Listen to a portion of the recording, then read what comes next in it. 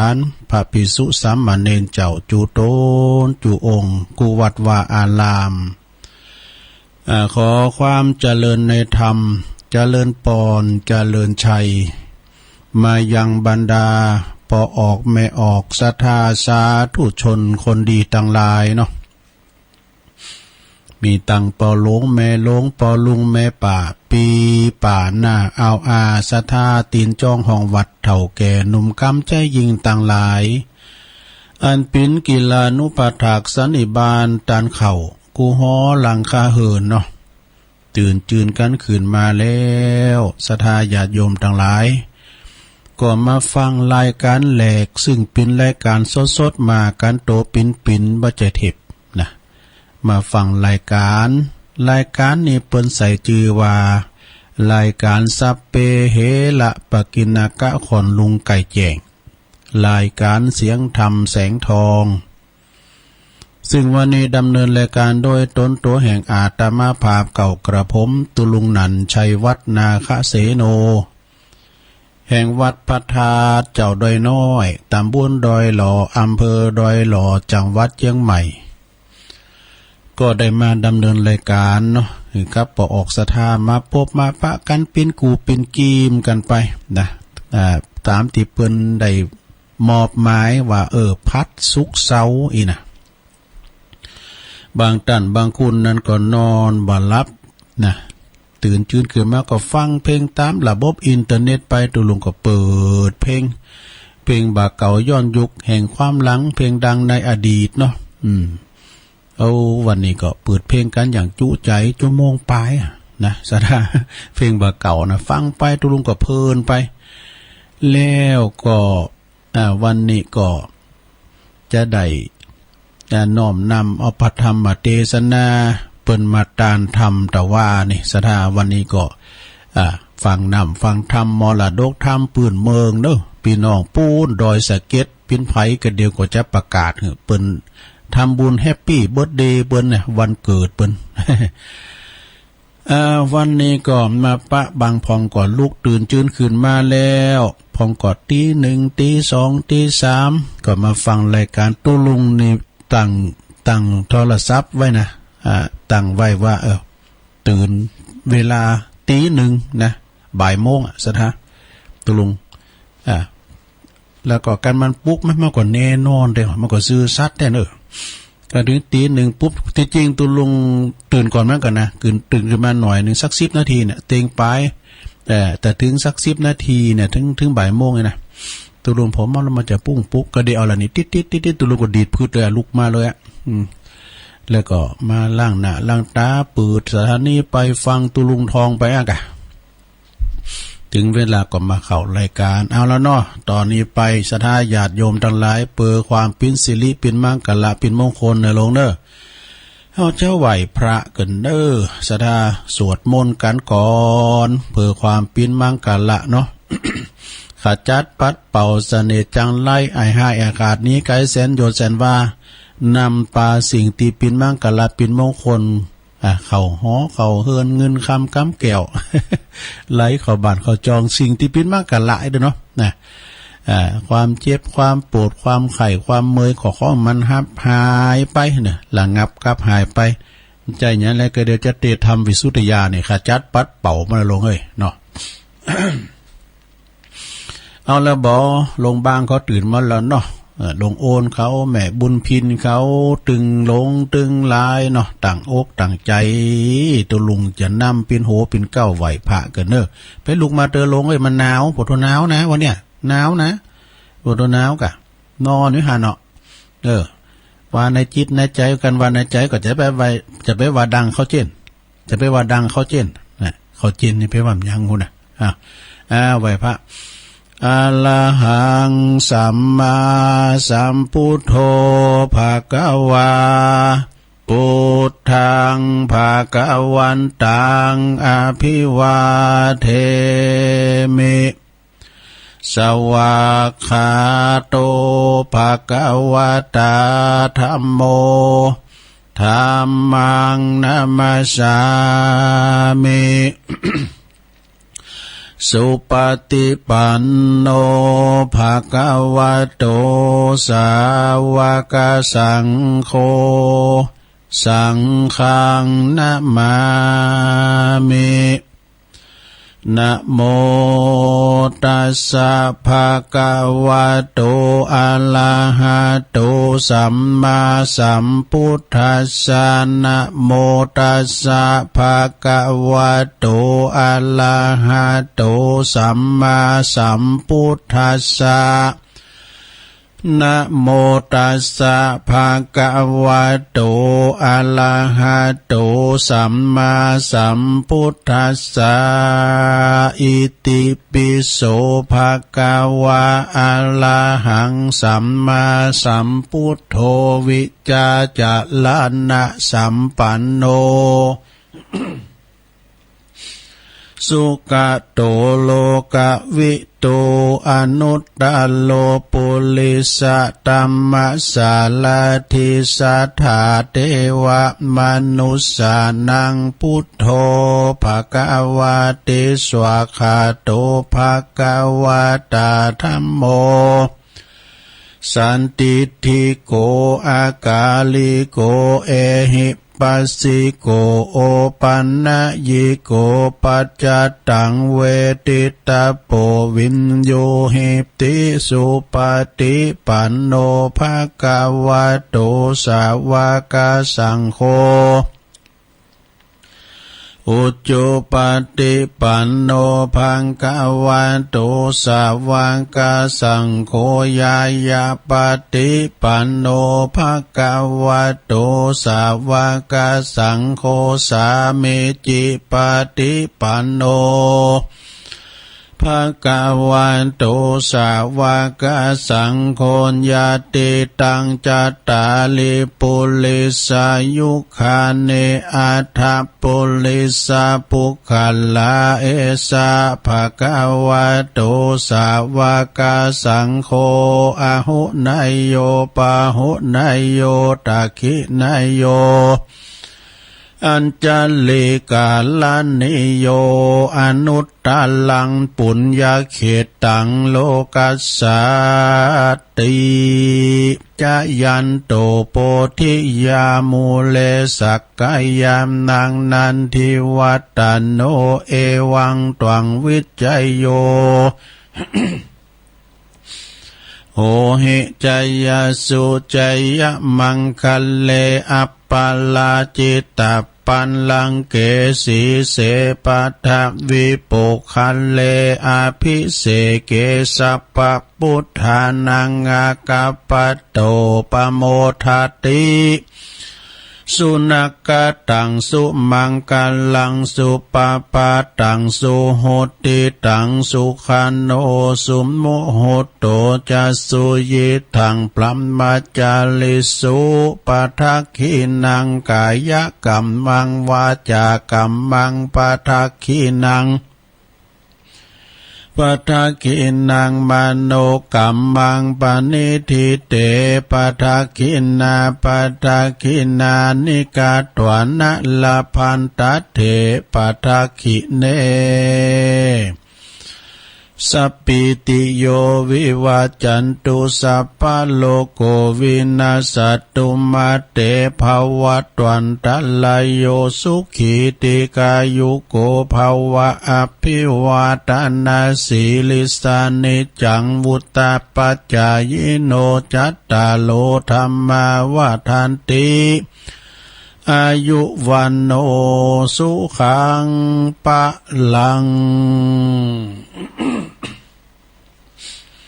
เอาละเนาะศรัทธาญาติโยมต่างหลายตุลุงก็ได้ปิ้นเก้าปิ้นโหนำสวดมนต์ไปปิ้นตีเรียบร้อยหับศีลหับปอนหับสัปปีปอนไปปิ้นตีเรียบร้อยก็ขอคุณพระติตะไหลรัตนะผ่านแผ่วพระแก้วเจ้าตั้ง3ประการจงได้ดลบันดาลมาปกป้องคุ้มครองรักษาครูบาอาจารย์พระมหาเถรานุเถระพระภิกษุสามเณรเนาะอยู่กับวัดกะว่ามีสลีตีขาอายุหมันยืนยาวเนอะ ได้อยู่กัมจูปูจาวรพุทธศาสนางอกงามไพบูรณ์ในพระพุทธศาสนาอยู่กัมจูปูจาศาสนาของพระพุทธเจ้าไปเสียงจิรติการยาวนานขอให้มีสุขภาพพลานามัยสมบูรณ์แข็งแรงนะแล้วก็เป็นตียึดเหนี่ยวจิตใจปอออกไม่ออกศรัทธานาบุญได้กราบได้ไหวกันแหละเนาะปอออกไม่ออกศรัทธาก็เหมือนกันขอให้อยู่ดีมีสุขนะลงกินหมนตันหวานกินหวานตันต่อมกินไปตันไปอยู่กับหอกับเฮิมต้องไปไหนบ่เดี๋ยวนี้นะอยู่กับบัตรกับจองฟัง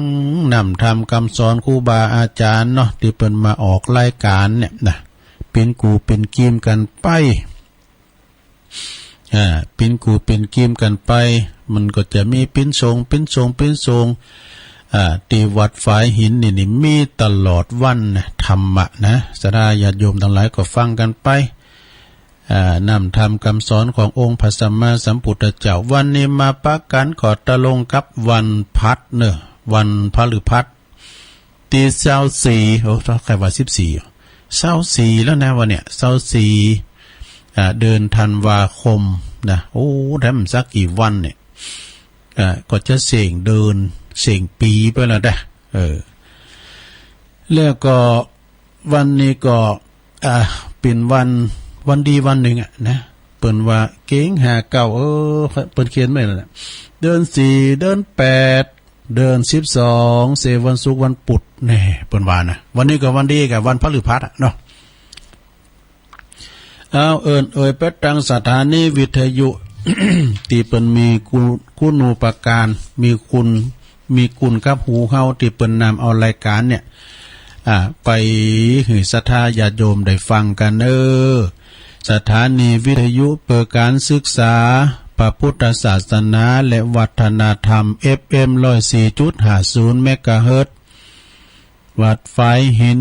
ตำบลสุเตปอำเภอเมืองเชียงใหม่โดยเมตตาบารมีธรรมอาจารย์ท่านพระครูสมุวิสุวัฒน์วรกิจโจ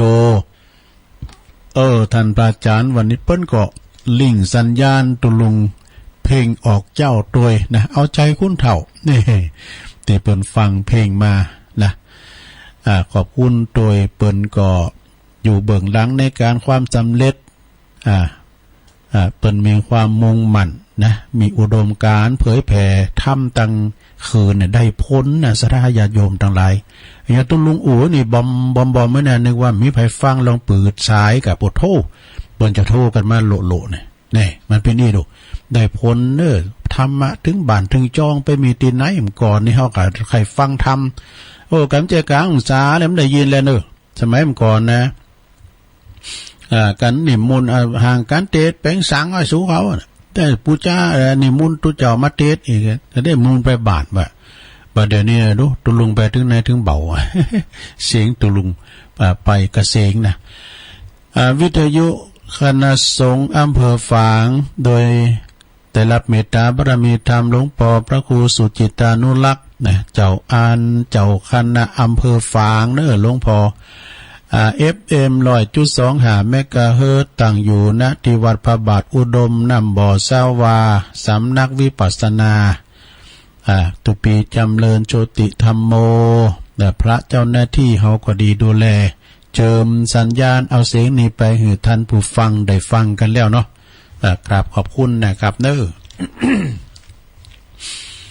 ของปดมเนี่ยจะ5 โมงบุญนะตี 5ถึง 7 โมง89.50เนี่ยบ้านทุ่งเรดิโอสันป่าตองปออุดมพุทธวงศ์แล้วก็ตอนบ่ายทำบื้อแถม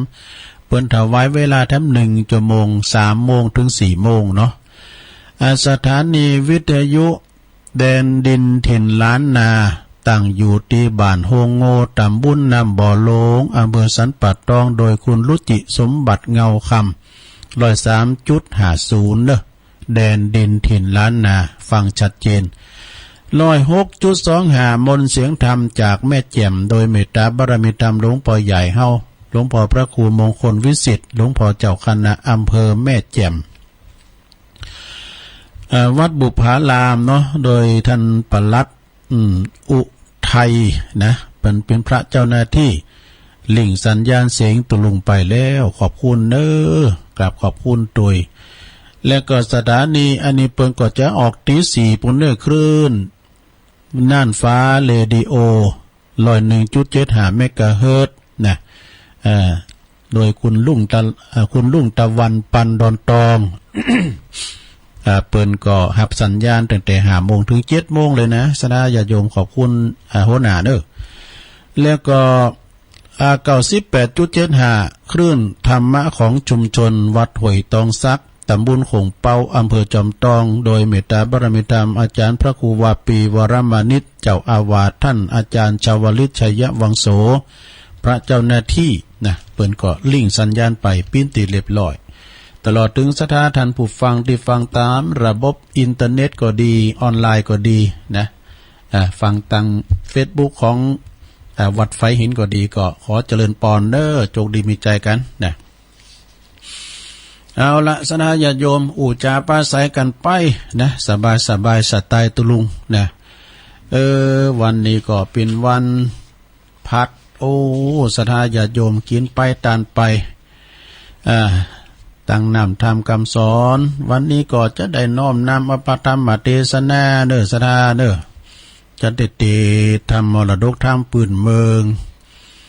เพราะว่าเปิ้นมีเจตนาเนาะก็ไม่มีคุณแม่แสงจันทร์นี่คุณแม่แสงจันทร์สมรูปเนี่ยแล้วก็หลานเปิ้นมากับหลานว่านางสาวภัทรวดีสุดาคำนี่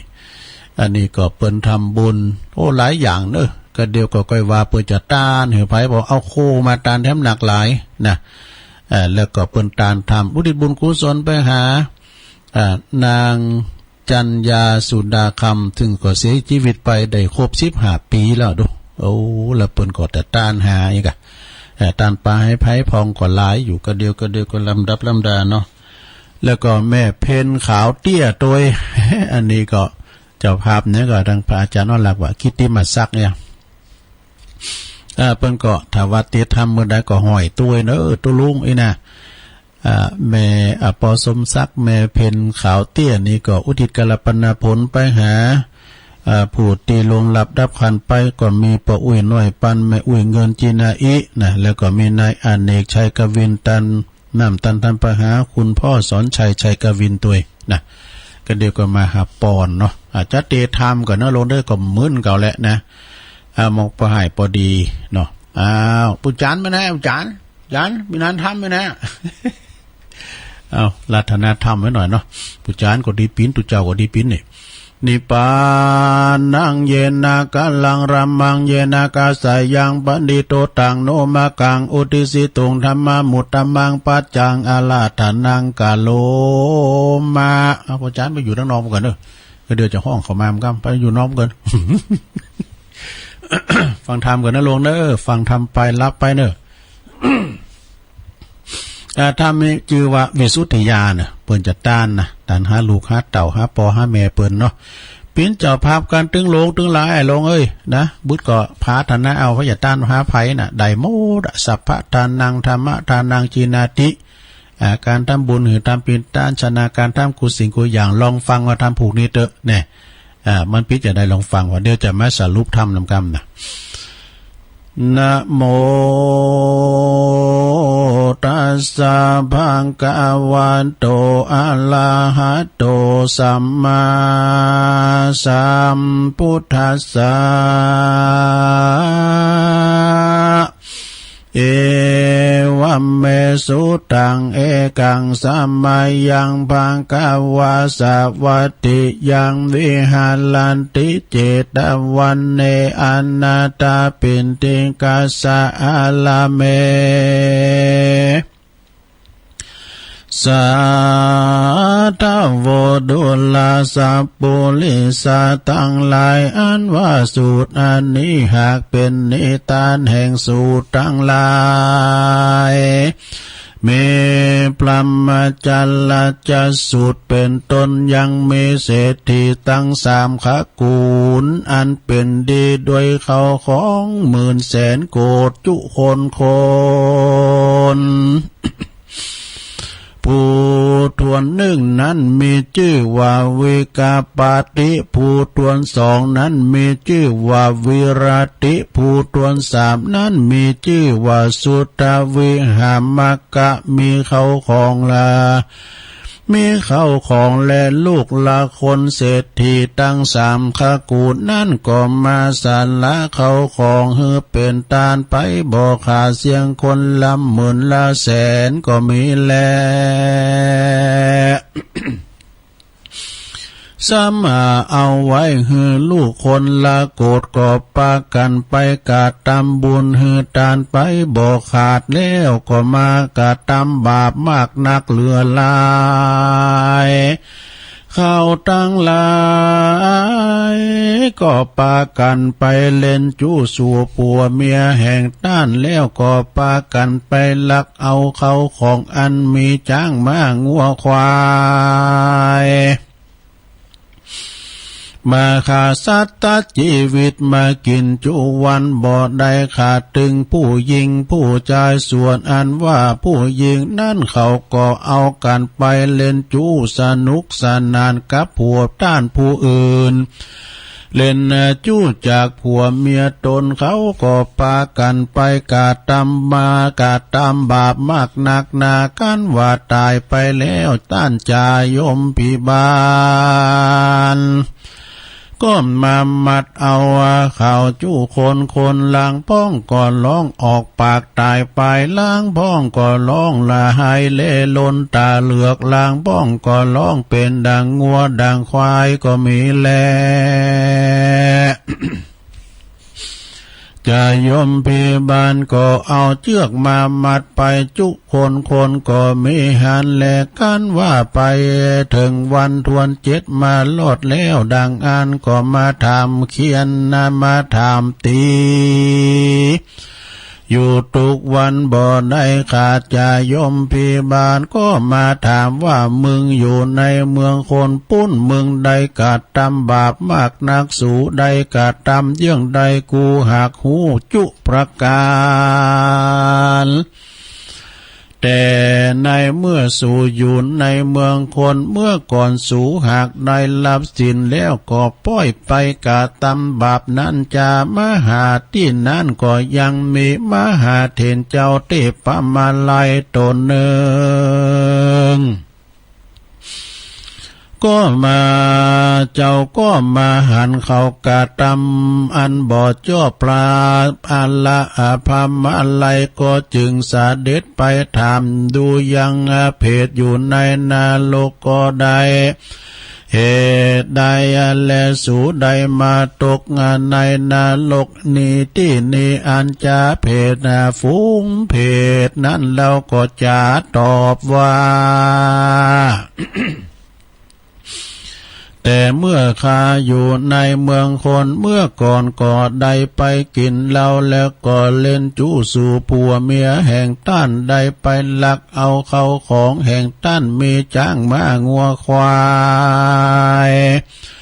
ได้ไปรับสินจ้างและไปฆ่าสัตว์ชีวิตต้านหือตายได้ตั้งแต่ปานาติบาตไปจนถึงสุราและอุจจาสายานะนั่นแล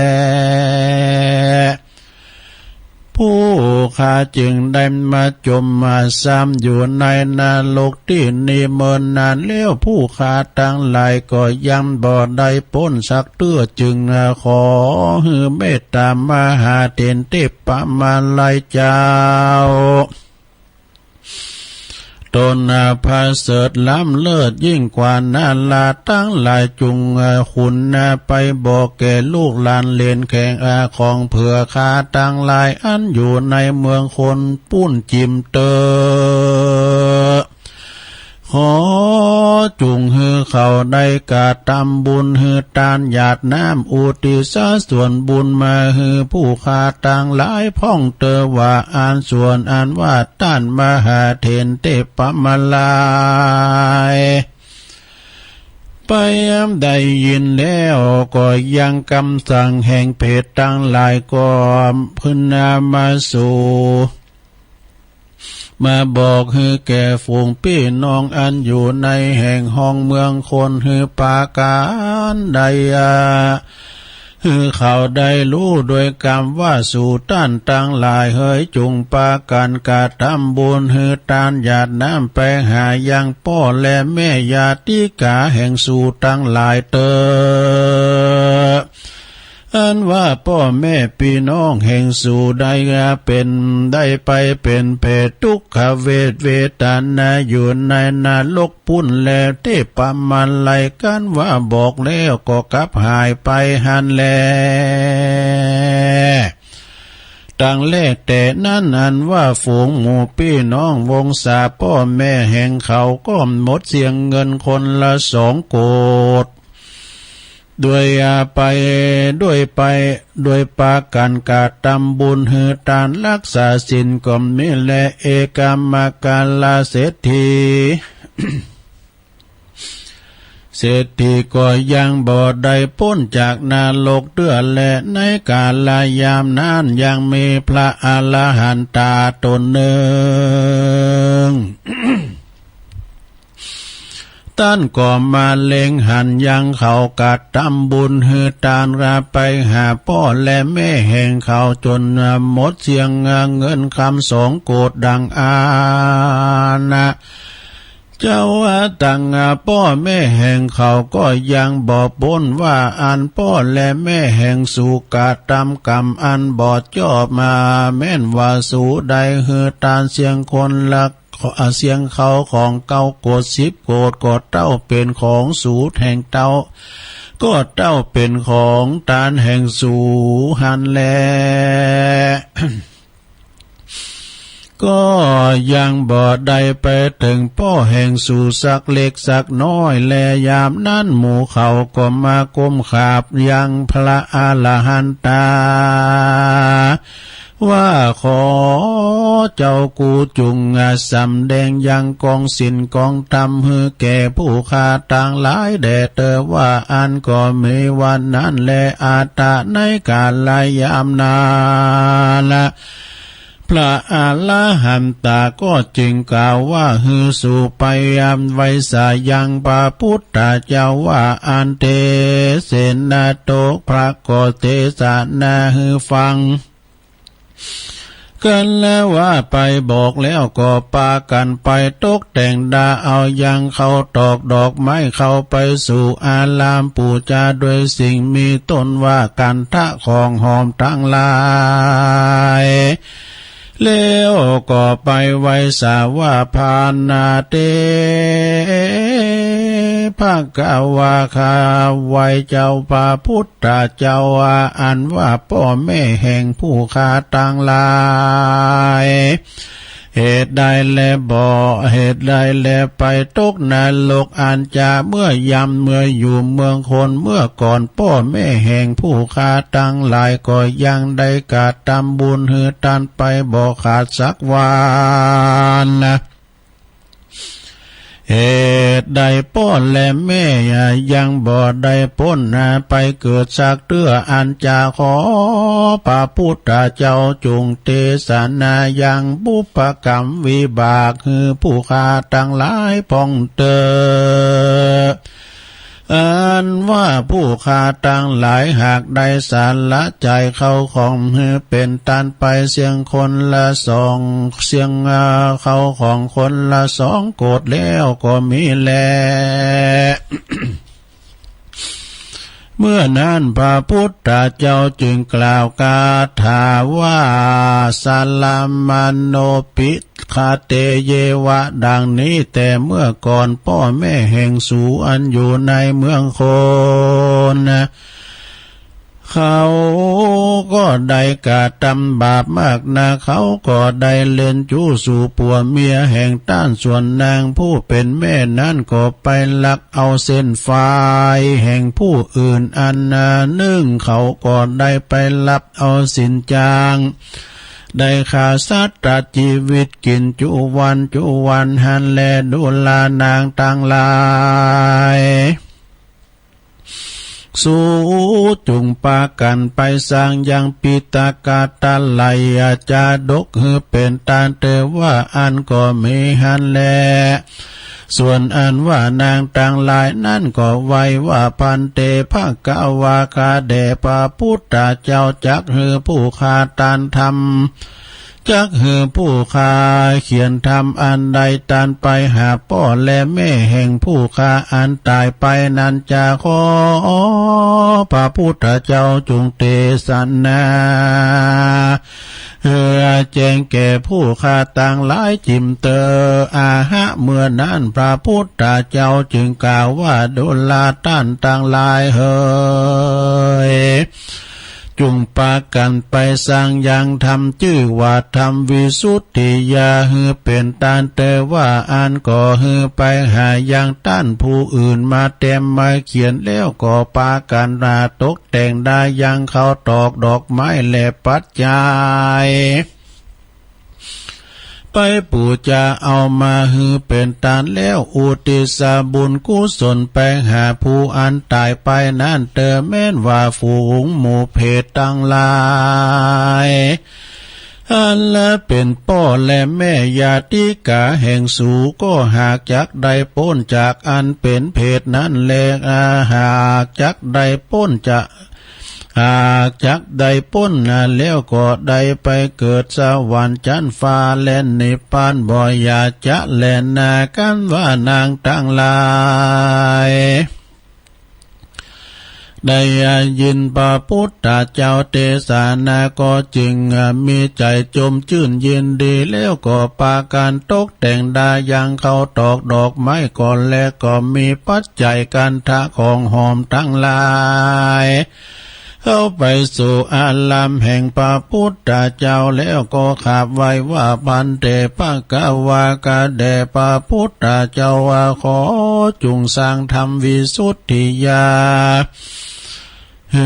ผู้ข้าต่างหลายแด่เตอว่าอันนี้แล้วเมื่อนั้นพระจึงสร้างธรรมวิสุทธิญาดวงอันมีชื่อว่าธรรมวิสุทธิญา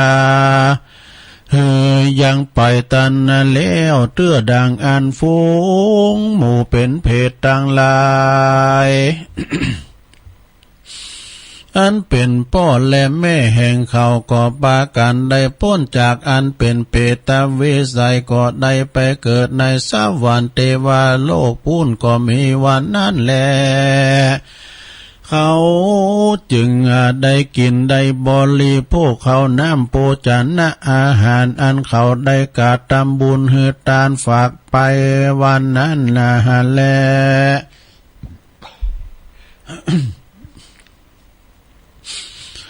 ยามนั่นจ่าฝูงจ่ายมปีบานได้หันยางดำธรรมวิสุทธิญาดวงนี้แล้วก็ปล่อยฮือเขาได้ไป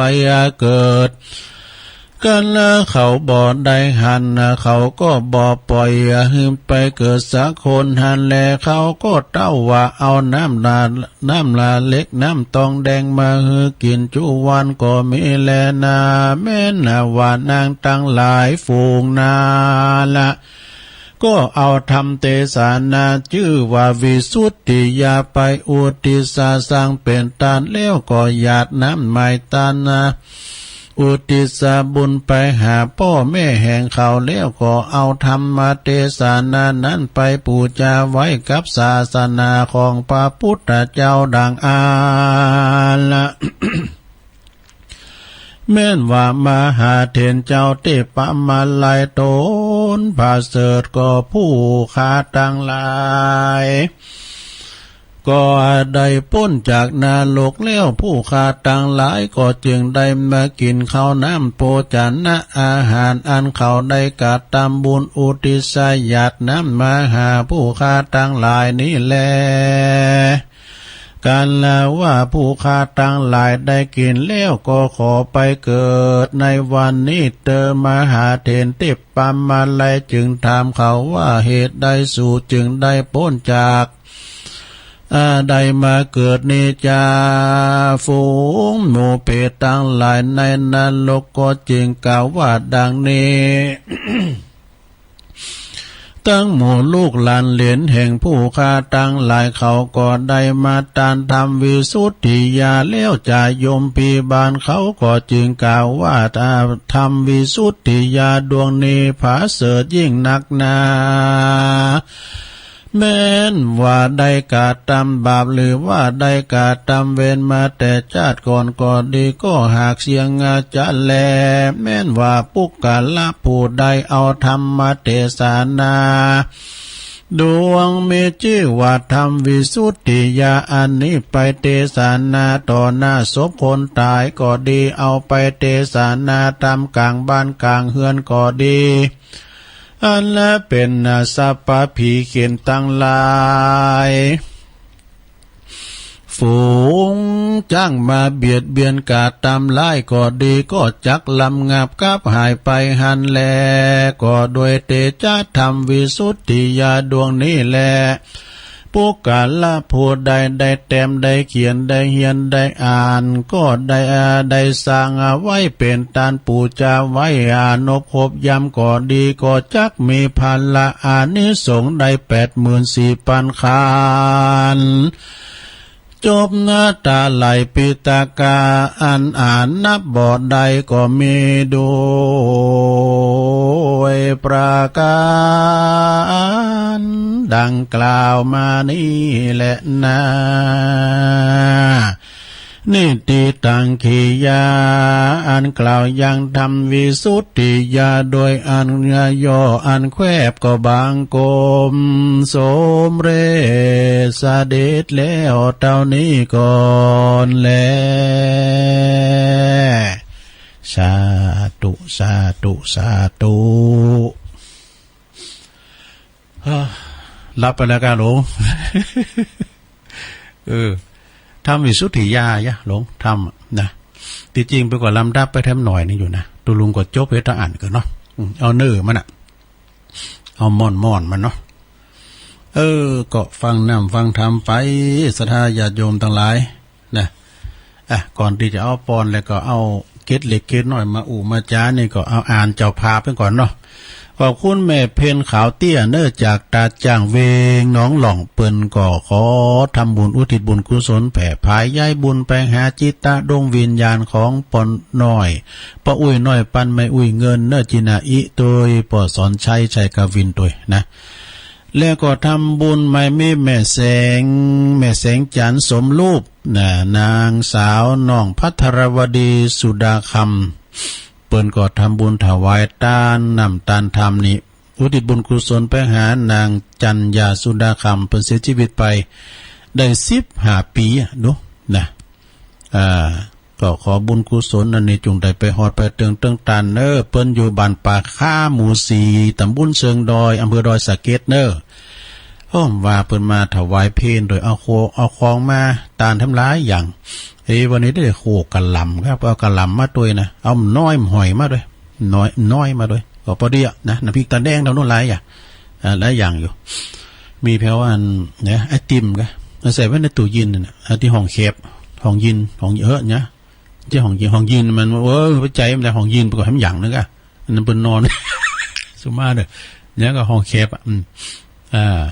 ห้องเนี้ยที่มันตัวน้อยนะ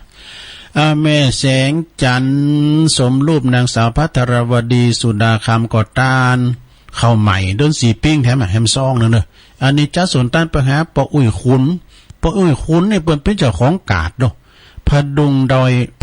อยแดนเนี่ยปออุ้ยขุนนี่นะเป็นเจ้าของกาดคือแม่แสงจันทร์เนี่ยเป็นเก็บคาถาอย่างตัวเป็นเป็นประธานชมรมผู้สูงอายุโดยมีตำแหน่งหลายอย่างกะนะแล้วตานไปหาแม่อุ้ยเกี่ยวด้วยอุ้ยเกี่ยวเนาะเจริญทรัพย์แล้วก็แม่อุ้ยกี้กะเจริญทรัพย์ด้วยเนาะแล้วก็ปออุ้ยจูแม่อุ้ยฟองเจริญทรัพย์ตัวตานไปหาเทพบุตรเทวดาเมธรณีเจ้าตีเจ้ากรรมในเวรเปิ้นอยู่ตำบ้านป่าคาตำบลเชิงดอยเนาะดอยสะเก็ดนะแต้ม1 ขึ้นไม่ดำซองนึงว่าเอามาติ๊กแม่แสงจันทร์สมรูปนางสาวภัทรวดีสุดาคำอันนี้เปิดกดต้านข่าวใหม่ด้นสีปิ้งเหมือนกันนะเปิดตานไปหาปอทาเมนาคสมรูป แล้วก็ปออินสนเจริญทรัพย์นางจันยาสุดาคำแล้วก็ตันไปหาปออุ้ยค่ำแล้วว่าดำน่ะปออุ้ยค่ำก็แม่อุ้ยติบสมรูปแล้วก็ปออุ้ยพินแม่อุ้ยยวงเศรษฐยะอีกอะตันไปหาเทวบุตรเทวดาแม่ธรณีเจ้าตีเจ้าแดนโดยปอเกิดไม่เกิดเจ้ากรรมนั่นเวียนโดยนะแล้วก็มีทั้งสองเลยเขาแม่แสงจันทร์สมรูปกับนี่ทำบุญวันเกิดโอ้แฮปปี้เบิร์ธเดย์ดูเนี่ยว่าเป็นวันที่23เนี่ยเปิ้นตานวันเกิดเปิ้นตัว2493ครบอายุ70ปีติ๋มแน่ว่านี่นะเปิ้นมาทำบุญตัวเนี่ย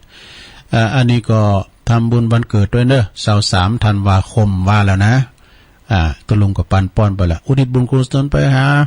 เทวบุตรเทวดาเมตรณีเจ้าตีปอเกิดแม่เกิดเจ้ากรรมนเวรตัว1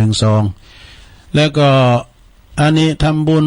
แฮปปี้นิวเยียร์ว่ะ64นี่ เป๊ะวันสังหูนี่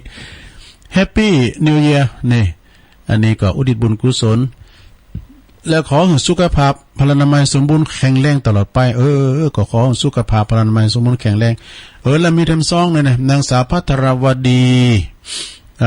สุดาคำมันนี่น้องเปิ้นเกิดวันอังคารที่15ธันวา15ธันวาเหมือนกันบ่หรอตุลุงกับ20ธันวาผ่านมาแล้วนี่ ได้ไปเป่าเต้นดับไว้ครับนะครับมันจะใหม่ แล้วนี่น้องเปิ้นก็ทำบุญอายุครบ28ปีเต็มนี่เต็มวันที่15ธันวาตานไปหาเปิ้นอยู่หมู่8ตำบลเซิงดอยอำเภอดอยสะเก็ดเนอตานหาเต็มบุตรเทวดาเจ้าแม่ธรณีเจ้าตีเจ้าเดินเจ้ากรรมในเวรทั้งหลายนะแล้วก็แม่แสงจันทร์แถมซองนะแม่แสงจันทร์สมรูปนางสาวพัทรวดีสุดาคำอันนี้หรือว่าน้องการน้องการชื่อหลินเป็นน้องการทำบุญการนำกาแฟวัดโดยหน่อย200 บาทเอาเนอขอบคุณหลายๆเนออันนี้ก็อ่านไปละแล้วก็ต่อไปก็เอาปอนถึงโลงถึงหลายนะยะทานแม่เพนอย่าน้ำดื้อยะถาวาลิวาหาปุลาปาลิปุเรนติสากัลลังเอวเมวะอิโตตินังเปตานังอุปกัปปติอิสิตังปฏิตังตุมหังคิปะเมวะสมิจตุสเปปุเรนตุสังกปาจันโทปนาลโส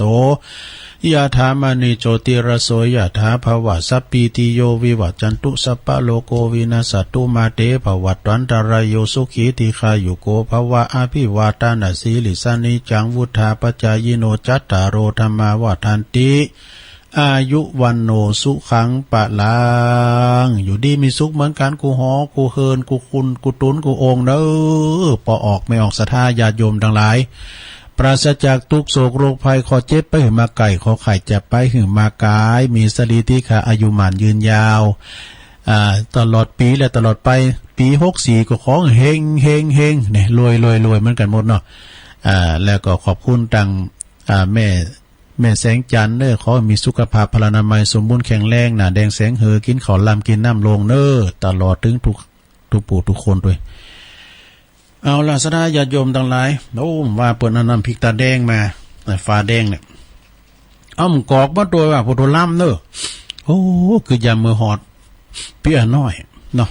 เปี้ยน้อยปิ้นละอ่อนนี่กะไปโฮงเฮนก่อนนี้เปิ้นจะมีเล่งเข่าดูดเขาเนี่ยกันว่าเต้งฟังกันละครั้งนะกันเต้งก็เต้งวันกับลูนปีกเฮินกันนี่มากินข้าวเฮินพี่เปิ้นจะห่อข้าวไปลูนมากินข้าวเฮินพี่แล้วก็อันน้ำพริกตาแดงนี้กำง่ายนี่เฮากินแล้วไอ้น่ะกินแล้วมันแห้งยะพริกตาแดงน่ะเอาโคบไว้นี่มันแมงมุมได้เป่าหรอมาโคบมันจิตกนี่มันแห้งเนาะการปั้นอีกก็การเฮาไปถึงก็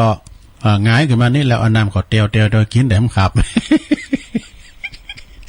กินแหนมขับผมเดี๋ยวนี้เขาทากะมันกอกนะกำกอกน้อยนี่นะว่าไปก็มากันเอาน้ำพริกตาแดงเนี่ยลองหมดเนาะเอามาแล้วก็การเอาจีอันเขือสูบเนี่ยนะลงจีเขือสูบเนี่ยแล้วก็เอาซ้ำใส่ตีน้ำพริกตาแดงซ้ำแล้วก็การมิมกอกก็บีน้ำกอกใสหน่อยนะแล้วโซกันนะน้ำฮักน้ำวอคอเนื้อปูดมันมาชุ่มปากกันเลยอ่ะล้ำนะลองหมดเนาะเนี่ยของกินเขามีเปลือกเนาะก็ขอบคุณศรัทธาญาติโยมทั้งหลายด้วยเนอ ต่อไปตุลุงก็เอานี่มาว่าแถมกำหนึ่งเกินศรัทธาเวลาตุลุงเปเลิกเปิดเติมสังนะเอาอันใดมาว่าเอาพอในไลน์ก่อนมีกับของอันเมเดือนเพ็ญเมจันเขาแล้วก็ของเมแดงรัตนาแล้วก็เกมของอันอาจารย์นิพนธ์ว่าโดยคำกลอนเขาทาก่อนจะปี2020นี่จะไปแล้วนะเปิ้นว่าก่อนปี2020จะสิ้นสุดนะขอขอบคุณทุกคนเช่นกันเช่นคุณขอพระคุ้มครองขอคุณขอพระคุ้มครองคุณในปีที่จะมาถึงคือคุณปะกับเดินมกราคมนะสดาญาติโยมเดินมกรานี่มีการมีงานหนักนะโอ้ยเสียดายสดาญาติโยมน้ำกำลังใสก็มาขุนไว้เนี่ยนะเดินมกรานี่มีหลายอย่างวันเด็กก็วันเนี่ยวันเปิ้นจัดเริ่มต้นศักราชใหม่นี่เดินมกราซะนะเปิดร้านเปิดโรงกินแขกแต่งงานเปิ้นนั้นจับคืนเฮือนใหม่ก้านี่เดินมกรานี่นะมันเดินเริ่มต้นของปีหรอนะปี2021จะมาถึงเต็มแล้วนะปีโง่วะได้ยินพระอาจารย์นั่นแหละว่าปีโง่ทองจะมาละนะแล้วเดินหยังเดินมกรานี่เป็นตีแสนวิเศษนี่แล้วเดินกุมภาเหรอกุมภาก็เป็นเดินแห่งความหักเนี่ย14กุมภาวาเลนไทน์ แล้วก็เดินกุมภานี่กุมภาพันธ์นี่มันจะถึง30เนาะวันมันนะเดินกุมภาก็เป็นเดินแห่งความหักเนอะแล้วก็เดินมีนาเนี่ยเหรอแสนมหัศจรรย์เดินมีนานี่ก็เข้าสู่ประเพณีกันแล้วซะนะประเพณีก็ถึงมีแล้วตลอดหมายความว่าเดินมีนานี่เป็นเดินที่มีการไม่งานหนักตลอดเดินนะเดินมีนาแสนมหัศจรรย์เดินเมษาเดินแห่งความอบอุ่นของครอบครัวเนี่ยเดินเมษานี่เดินครอบครัวหรอกวันที่15นี่เป็นวันครอบครัวในวันพยาวันนี่นะโลมลูกเต่าเหล่าล้านเล่นไปเยการที่อื่นที่ไหนมาก็มาจุ่มกันนี่ไปสะเก่าดำโหปีแล้วนี่ก็หอมได้สักกัมเนาะปีแล้วนี่เขาก็วิทย์ว่างไปยกเว้นไปได้จัดการจัดงานบุญเวทีแม่หลวงเขาได้ซองสักกัมปีแล้วเด้ก็เลยอยู่กับบ้านกับจ้องน่ะดีแล้วเนาะสะดาเนาะก็เลยปันป้อนกันดับน้ำดำหัวกันตามสาย ตามสายหรือตามมือถือเนาะประหยัดไปทำอย่างนึงลงเนาะเดือนเมษาเนี่ยนะเมษาพาเศร้าแล้วก็เดือนพฤษภาเนี่ยแสนจะชุ่มฉ่ำนี่เดือนพฤษภาเนี่ยฝนก็เริ่มตกตั้งแต่เมษามาแล้วบัดเดี๋ยวนี้ฝนตกยากเหมือนกันเนื้อสะทาตั้งเมืองไต่บนน้ำท่วมน้ำนองว่ะเมื่อยิ่งมาตกตั้งเฮาเนาะโอ้ยอย่าปอนเหี่ยวแล้วเนี่ยเดือนมิถุนาแห่งเดือนแห่งความสำเร็จเนี่ยมิถุนานี่นะเดือนกรกฎาที่มากด้วยบุญเนี่ยงานบุญนึงมีตลอดเดินนะสะทาเนี่ยการงานบุญหนึ่งก็งานบุญหนึ่งการงานบุญหนึ่งก็งานบุญสิงหาเหรอสิงหาแห่งความยิ่งใหญ่เดือนสิงหานี่เดือนแห่งวันเมโล12สิงหาเนี่ยเนาะสถานเนาะกันยาแสนหวานเดือนกันยาที่แสนหวานมันก็โมนกูเดินและสะดาคะแนนว่าเฮารักษาสังขารของเฮาไว้ดีๆนะลงเด้อรักษาถาดขันเฮาไว้ดีๆนะกินก็จะไปสโลสละให้เดินตุลาตีหูจักปล่อยว่างเนี่ยเดินตุลานะปล่อยว่างนะลงเนอะแบกก่อนนักถ้าว่างก็เบานะจะมันเดินแต่ไปขึ้นอย่างหนักเถอะนะเดินพฤศจิกาแสนสวยงามนี่พฤศจิกานี่ก็ใกล้สิ้นปีแล้วนี่แล้วก็เดือนสุดท้ายแห่งเดือนธันวามีเดือนแห่งความสุขสุดยอดอันนี้นะอันนี้เพิ่นสูงมากเนี่ยขอบคุณเด้อเป็นกรรมที่ว่าเฮามาน้อมลำลึกนึกถึงเดินที่จะมาถึงเนี่ยก็ขอให้เป็นเดินแห่งความที่ว่าเจริญก้าวหน้าเนาะเจริญก้าวหน้ากันไปถึงวันเฮาอยู่ไปกันไปกินต้านกันไปหลงการเฮาไปในบ้านใดเฮาก็ อายุนักแล้วเขาก็ฝากเขาไปกินไปทานอย่างที่แม่ถามเปิ้นว่าเนี่ยเนาะไอ้แม่มได้ไปวัดฝากเปิ้นไปได้บุญก็ได้บุญนะกะเนาะได้บุญเหมือนกันหมดอีแม่อันมีสตังอีแม่ก็เอาตัวไปช่วยเปิ้นเอาบ่าเอาแหงไปช่วยโหอันนั้นก็วายาวัจจะไม่โดนะตุลุงว่าเนาะซับเตอตุลุงซัมเตอนะตุลุงมีตังตุลุงก็ไม่ได้หอมก็ไปหอมเสียงก็มีนี่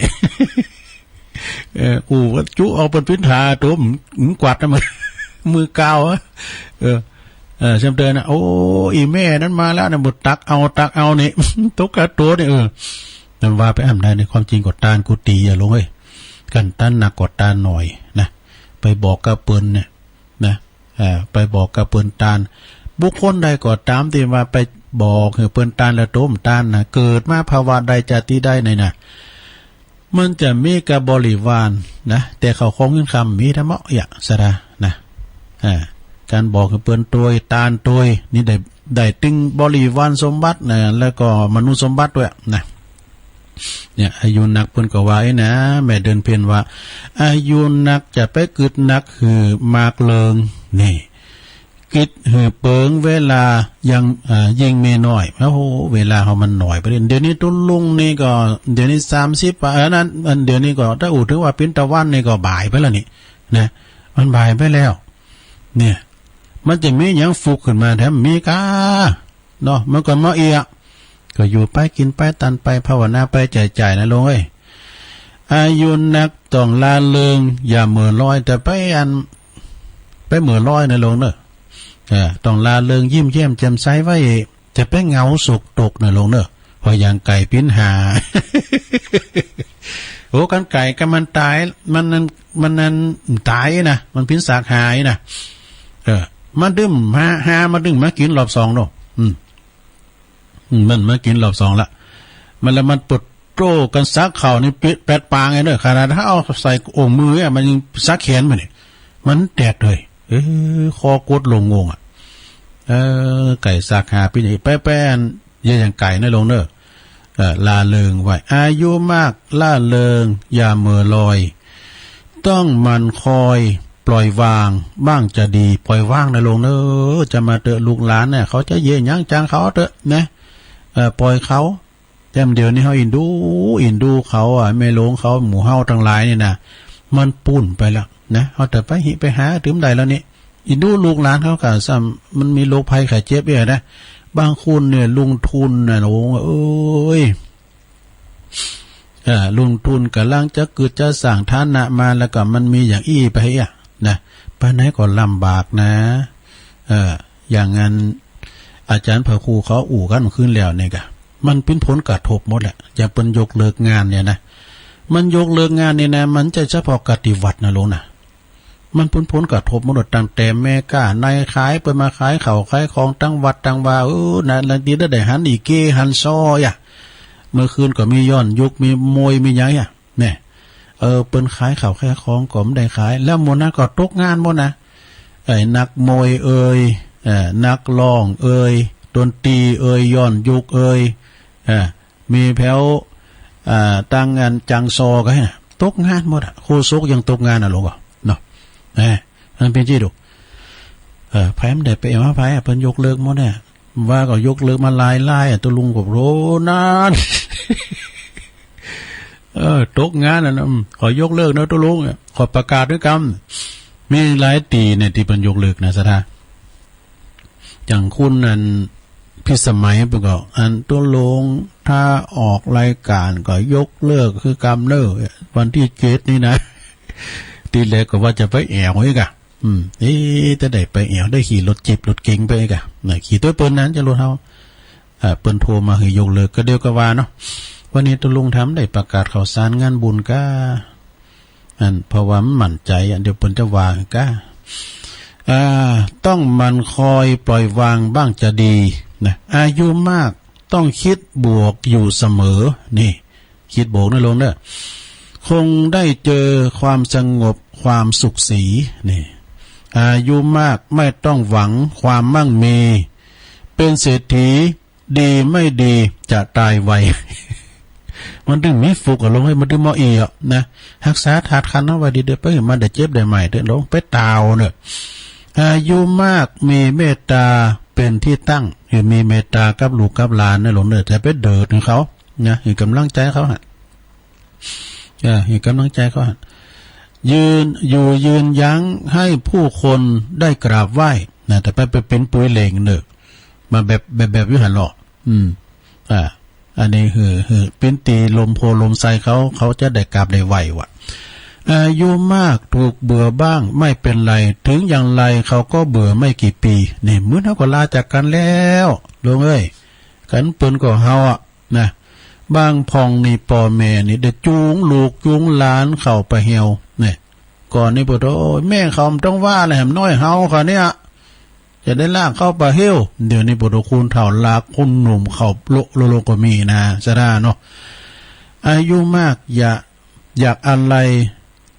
หากินได้ใครอยากกินยังก็กินนะลงนะใครอยากกินกล้วยสุกก็กินนะกินข้าวกับกล้วยก็ล้ำนะกล้วยทอดก็เหมาะดื่มกินไปกับเพื่อนให้สุขีนี่ป้าเปินฟูงก็อย่างเปิ้นว่ากันคือแล้วกันป้าเปินนะเฮาคุณเฒ่าเนี่ยปวดตูชมของเก่าเล่าความหลัง มาของขมชมของเก่าเล่าความหลังกันป้ากันในอู่ก็เริ่มเก่านะอย่างตุลุงเองกะอู่ก็เริ่มเก่านะอู่ก็เริ่มเก่าสมัยเล่งโง่เล่งควายพ้องก็ว่าเอ้ยตุลุงย้ำอู่ไปตั้งนาก็ตุลุงก็พลิกพลันชีวิต มาตีแผลอ่ะเนาะก่อนนี่ลูกทุงดูซะท่าเนาะโอ้อู่เริ่มเก่ามันมนนะว่าคุณเฒ่าโลอันนี้อู่เริ่มเก่ามันเกิดนะสมัยก่อนน่ะสมัยลากฐานเนี่ยเนาะสมัยเล่งควายสมัยเล่งเป็ดเอาพักหมูก็มีตุลุงก่อนอ่ะเอาโยกเอากล้วยมาซอยฟักก่อนหมูนี่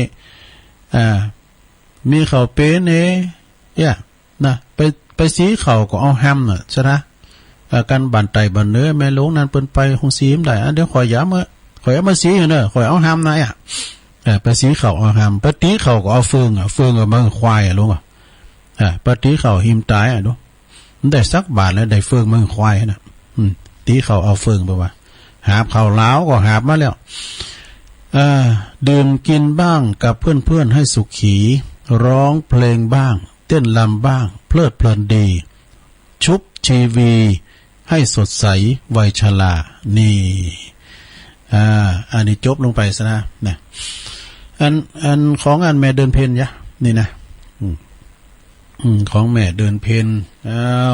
จะมีทำลายอยู่นะลุงนะว่านี่ก็วันซืนกันเนาะปอบุญเป่งชัยลังกานี่ปอบุญเป่งนี่เปิ้นก็เอาไม้จีหล่อนไม่โลพิงนาพระเจ้าไอ้นะเขาก็ว่าเป็นไม้อย่างไม่โอ้ตุลุงก็บ่เท่ายิ้มหูจักไม่อัน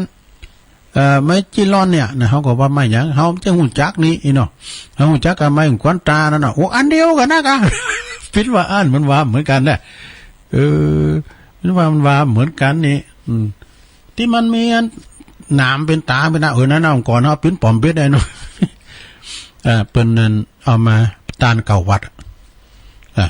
ปอบุญเป่งนี่นะ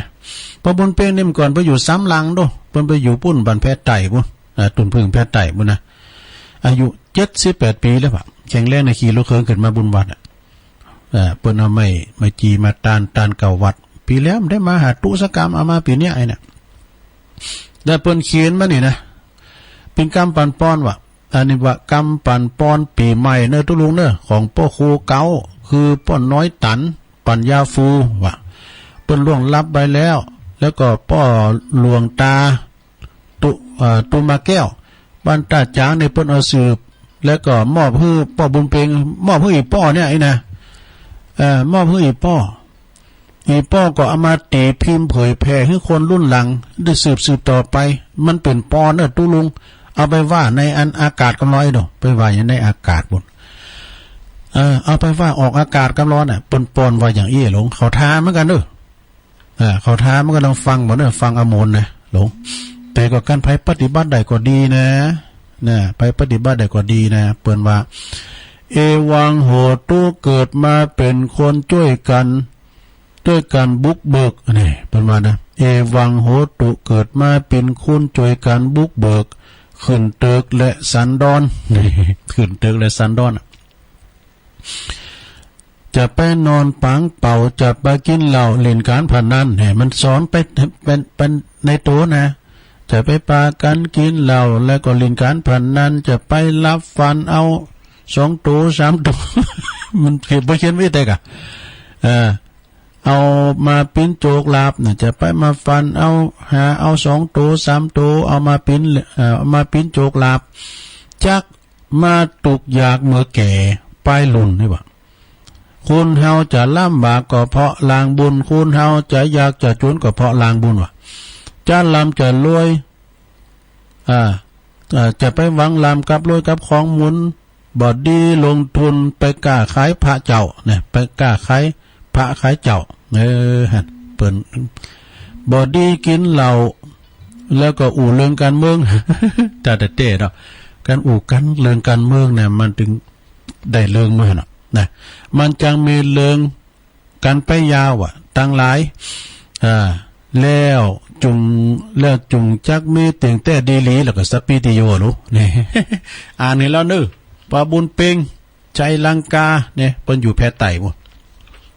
อายุ78 ปีขี่รถเครื่องขึ้นมาเลยนะไม่จีหลอนไม่จีหลอนหรือว่าไม่ก้นตาแล้วไปเขียนแถมใต้ว่าวันเดินเสนตุลุงเขาถามก็บอกว่าเลยเนี่ยเก๋งหาเก่าเสติดกับจัน60เสวันการวันเดียวเดิน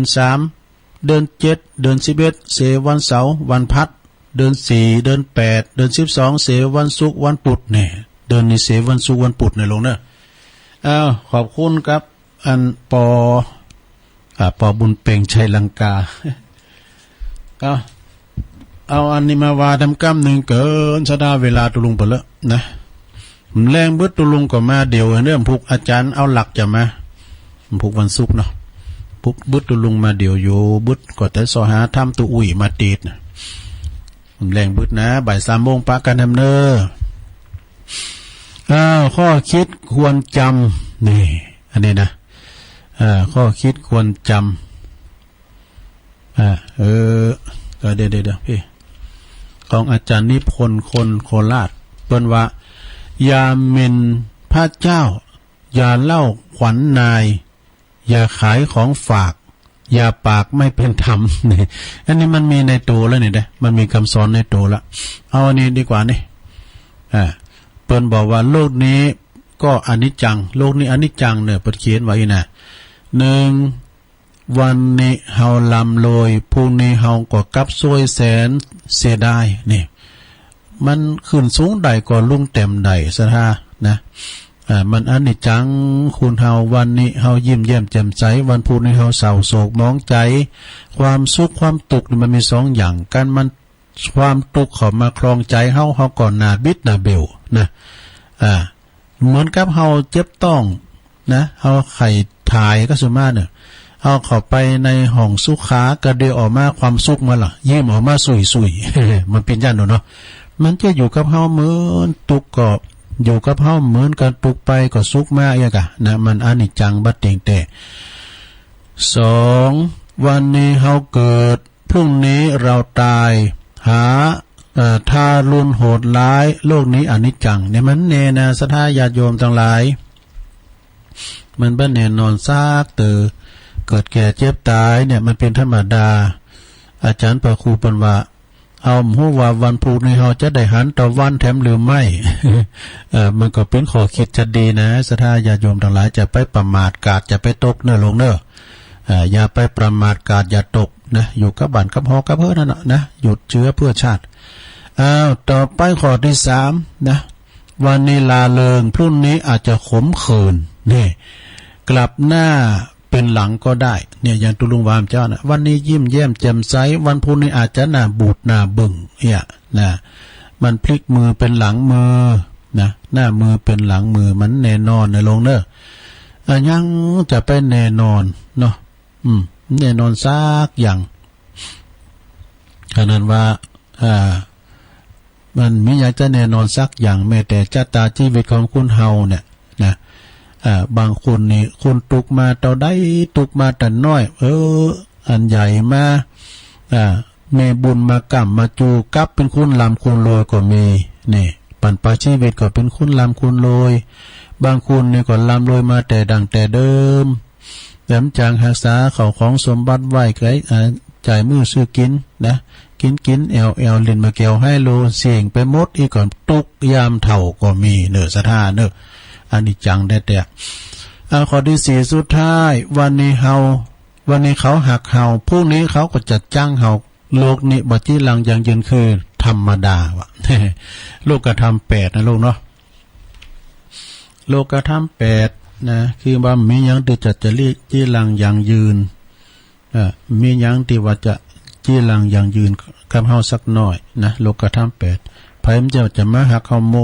ดนะกูโหโตคุณก็ตึมใจคุณเฮามีหักมีจัง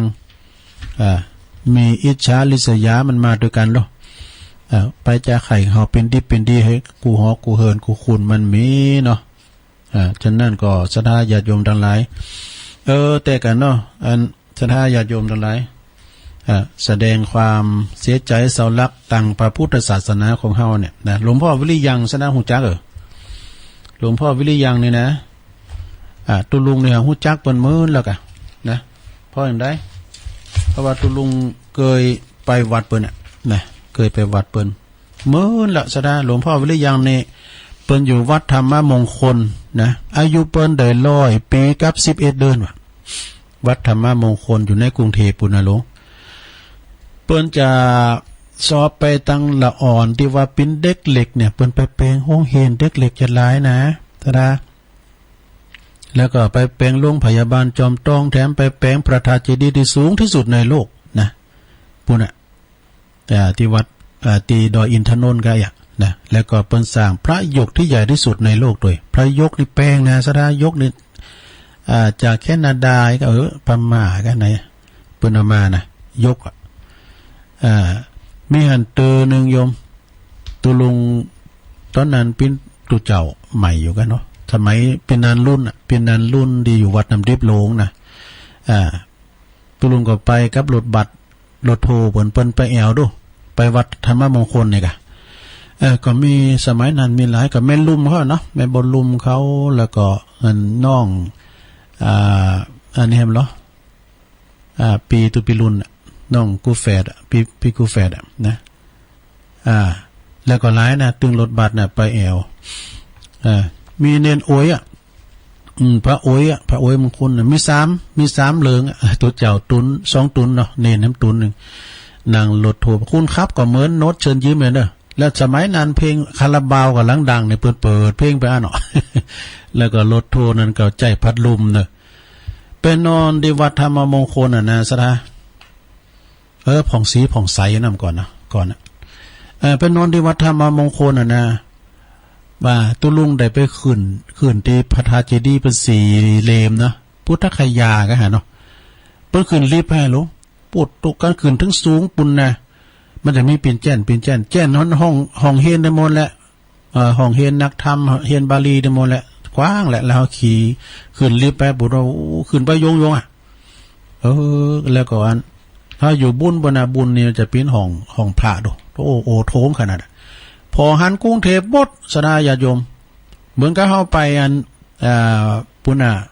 วัดห้วยปักกังฮะน่ะขึ้นลิฟต์อ่ะเนาะตีเนรพระแม่เจ้ากวนอิมนั่นนะโพธิสัตว์ขึ้นไปเพราะสูงสดาลุ่มแห้งขนาดแล้วตำบุญแล้วตกคำมาไปนอนที่ศาลามันเมนเป็นในปัจจ้าในปัจจ้าเน้นเป็นอยู่ในวัดเนาะเปิดก็ปัดกวาดกันนอนที่ศาลาศพเนาะแล้วก็คุณบานไปก็นอนตีตุลุงครับพี่นันรุ่นครับเน้นโอยนอนตีกับต้มคืนนะผีเต็กตุลุงปวดท้องอึกอักนะปวดท้องเด้อมันนอนไพร่จับตีมันจะหาเนาะเคยตีจะผีไทยตัวใหญ่แหละมาเต็กตุลุงอึกอักตุลุงก็ขึ้นได้แน่แต่เอาก็พุทโธมังกรสัมพุทโธดีพุทโธนมพุทโธไม้ออกยุ่งเว้ยธรรมมังกรสัมพุทโธก็ไม่รู้ตุตโสอนุธรรมมังกรมังกรมัสสะปะปะยะปะมุญจเลสังโฆมังกรสัมพุทโธตะกินโยอนุรุสังฆสัพพะปะรุกาปะมุญจเลพุทโธไม้ออกมุ่งพุทโธอิ่มดีกะ นอนหัน2คืนค่ะตกลำคืนตุลุงดื่มนอนดิหันเนาะตุลุงแปดปางไปนอนน้ำตีมันนั่นอยู่หน้าเมนศาลาหนังก้นมันก็ถึงหน้ากูไว้เด้อนะตอนนั้นสิประคุณย้ำแก่กาแล้วเนาะมันปิดตูใหม่อยู่นี่นะแล้วก็หลวงพ่อวิริยังนะเปิ้นก่อนละสังขารไปศรัทธาญาติโยมก่อนไปมาพี่น้ำดิบน้อยไปเนาะ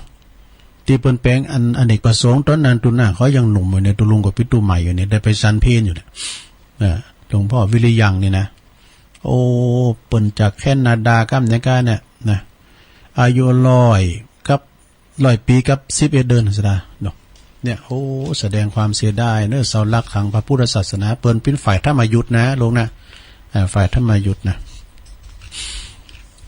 สั่งโรงพยาบาลสั่งวัดสั่งวาแล้วก็สั่งโรงเรียนนะเด็กเล็กกันนี่นะเอาละสนะญาติโยมทั้งหลาย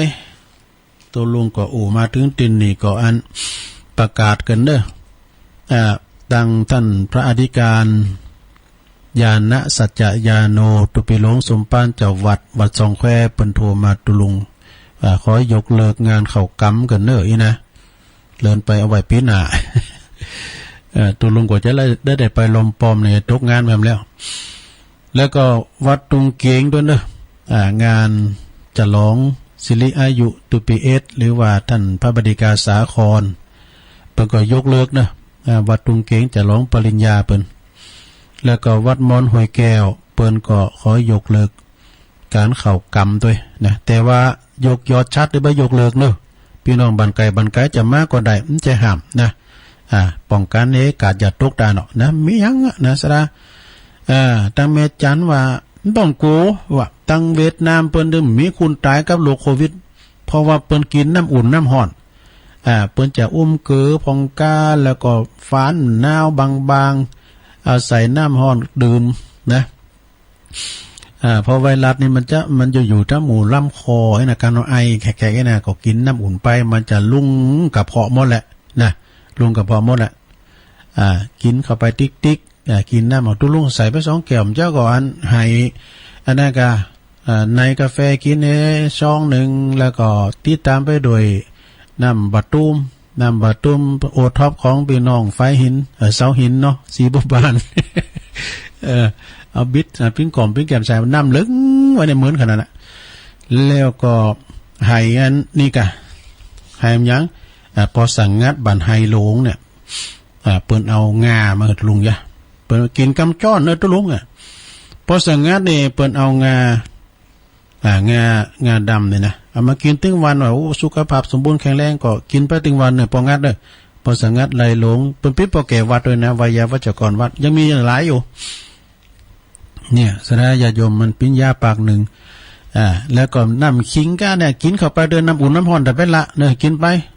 ไอ้มาอยู่บันไตว่าโอ้ก้านไอ้ก้าวัน ขึ้นว่าก้านเรามันห้อนอย่าดูอันนี้แท้เต้เนี่ยดีมาสุยไปกินเหล่ามากะไอ้มาว่านี่ก้านไอ้ก้าไอ้นี่ใส่เข้าไปเนี่ยมาดึงเมียไอ้เต้เนี่ยไอ้มาขึ้นว่าอันนี้มันสนับสนุนกินเหล่ามากะพอเต้ก็ดูอันนี้แล้วว่าล้อก็น่าจุ่มเอาสีข้าเนี่ยไปจุ่มแล้วก็มาปัดกาแฟใส่บุบเลยโตแหงปั้นนั่นกันนี่ศรัทธาญาติโยมก็ว่ากันไปเนาะข่าวสารงานบุญนี่คือดีแต่ตุลุงกำจังเจ้าว่าแต่ได้เถอะนะศรัทธาญาติโยมแต่ที่วัดเซนเหมืองเปิ้นมีอยู่เนอะกันว่าใต้ปิ้นมิ้นเนานี่เปิ้นก็จะมีอยู่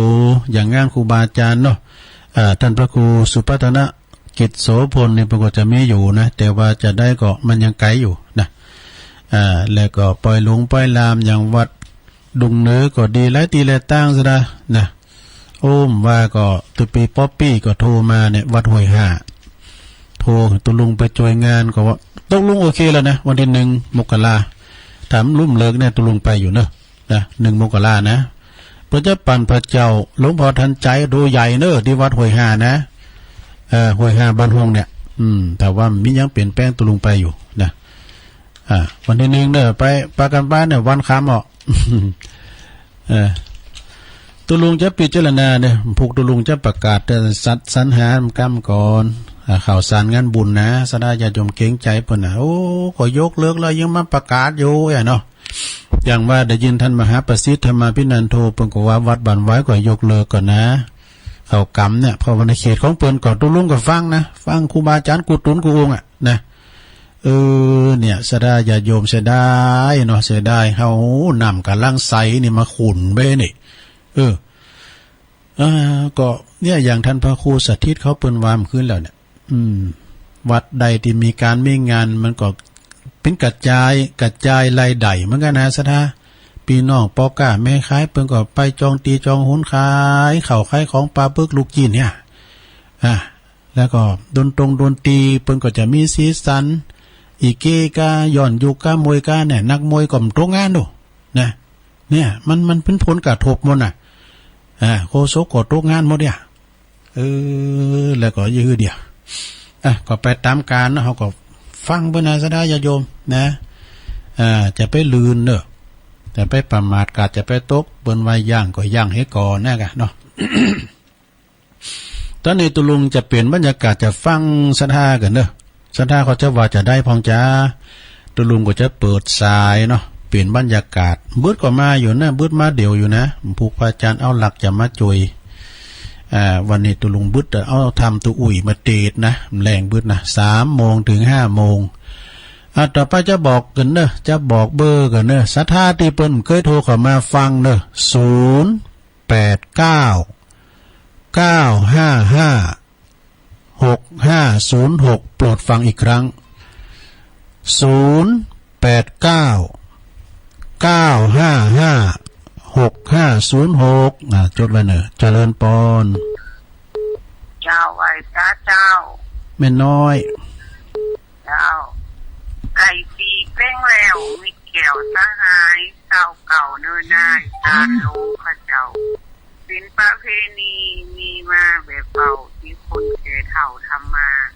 การโลข้าเจ้าเปิดจีปูจาองค์พระสัมมาสัมพุทธเจ้าทำเป็นตัวอย่างพ่อแม่แก่เฒ่าเป็นตัวอย่างเจ้าหลอนเขาดูเอาเหือสัตว์เลี้ยงเป็ดไก่ม้าหมูบุญจักคำจืคนเดินเจ้าจักไปลืมกันปีน้องนุ่มนาวการโลข้าเจ้าสีเป้งเนินนายก็มีแถมอย่างคนมีสีสายบอกหูความหมายของคนเดินเจ้าคนทำกันมาแต่เดิมแต่เก่าบอกหูเดินเจ้าความหมายว่าใดการโทรมาผู้ฟังตั้งหลายความหมายว่าใดโทรมาเดินเจ้าโทรมาเดินเจ้ากำยองวันละคำเดินเจ้าคำว่าเย็นเนาะภาษาไทยแปลว่าชั้นเดินเจ้ารู้ว่า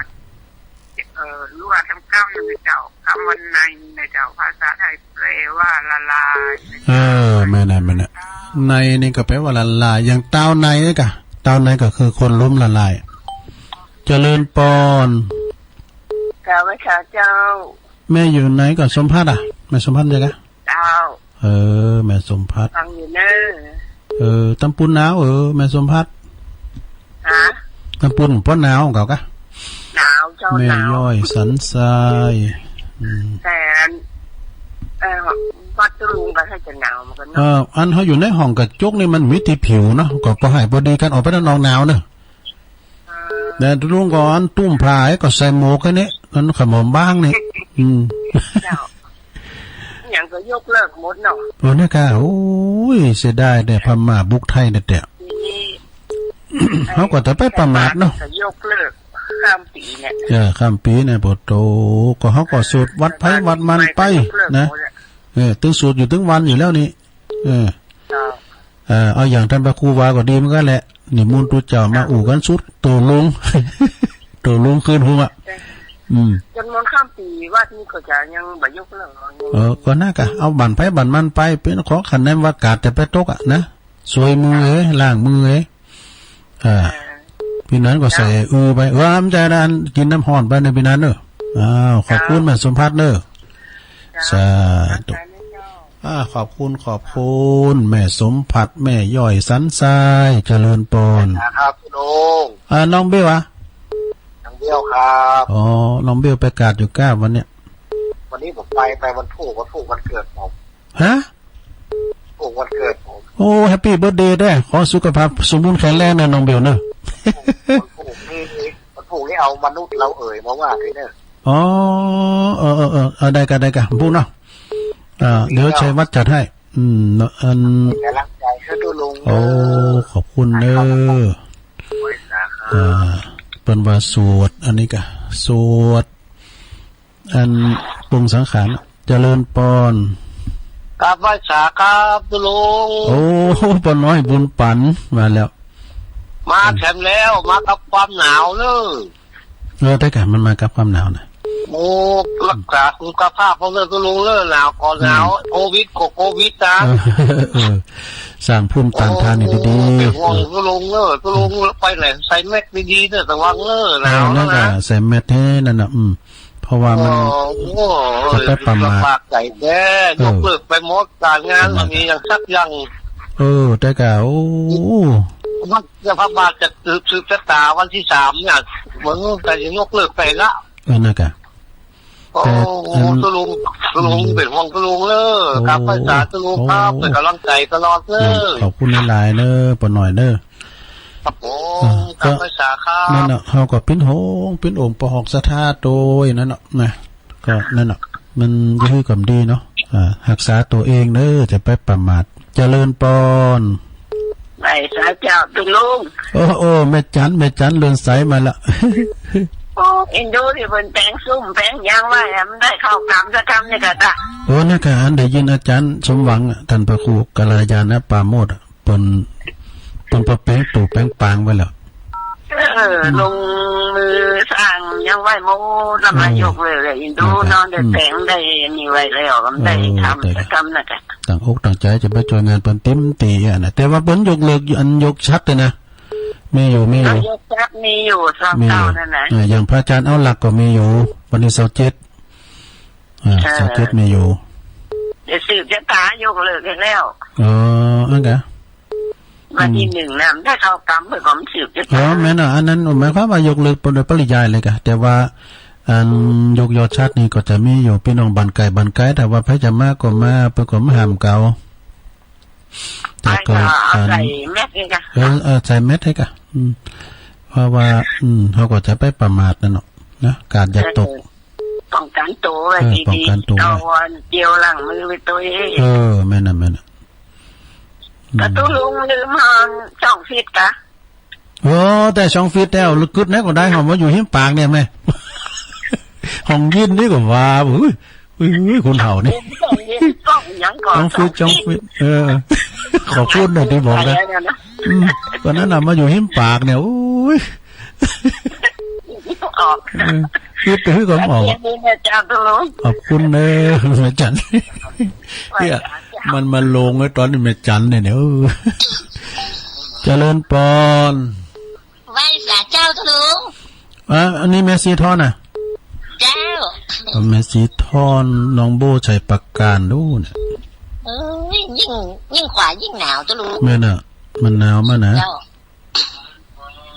น้องโบชิวๆเนี่ยคืออยากจะนั่งรถล่องไป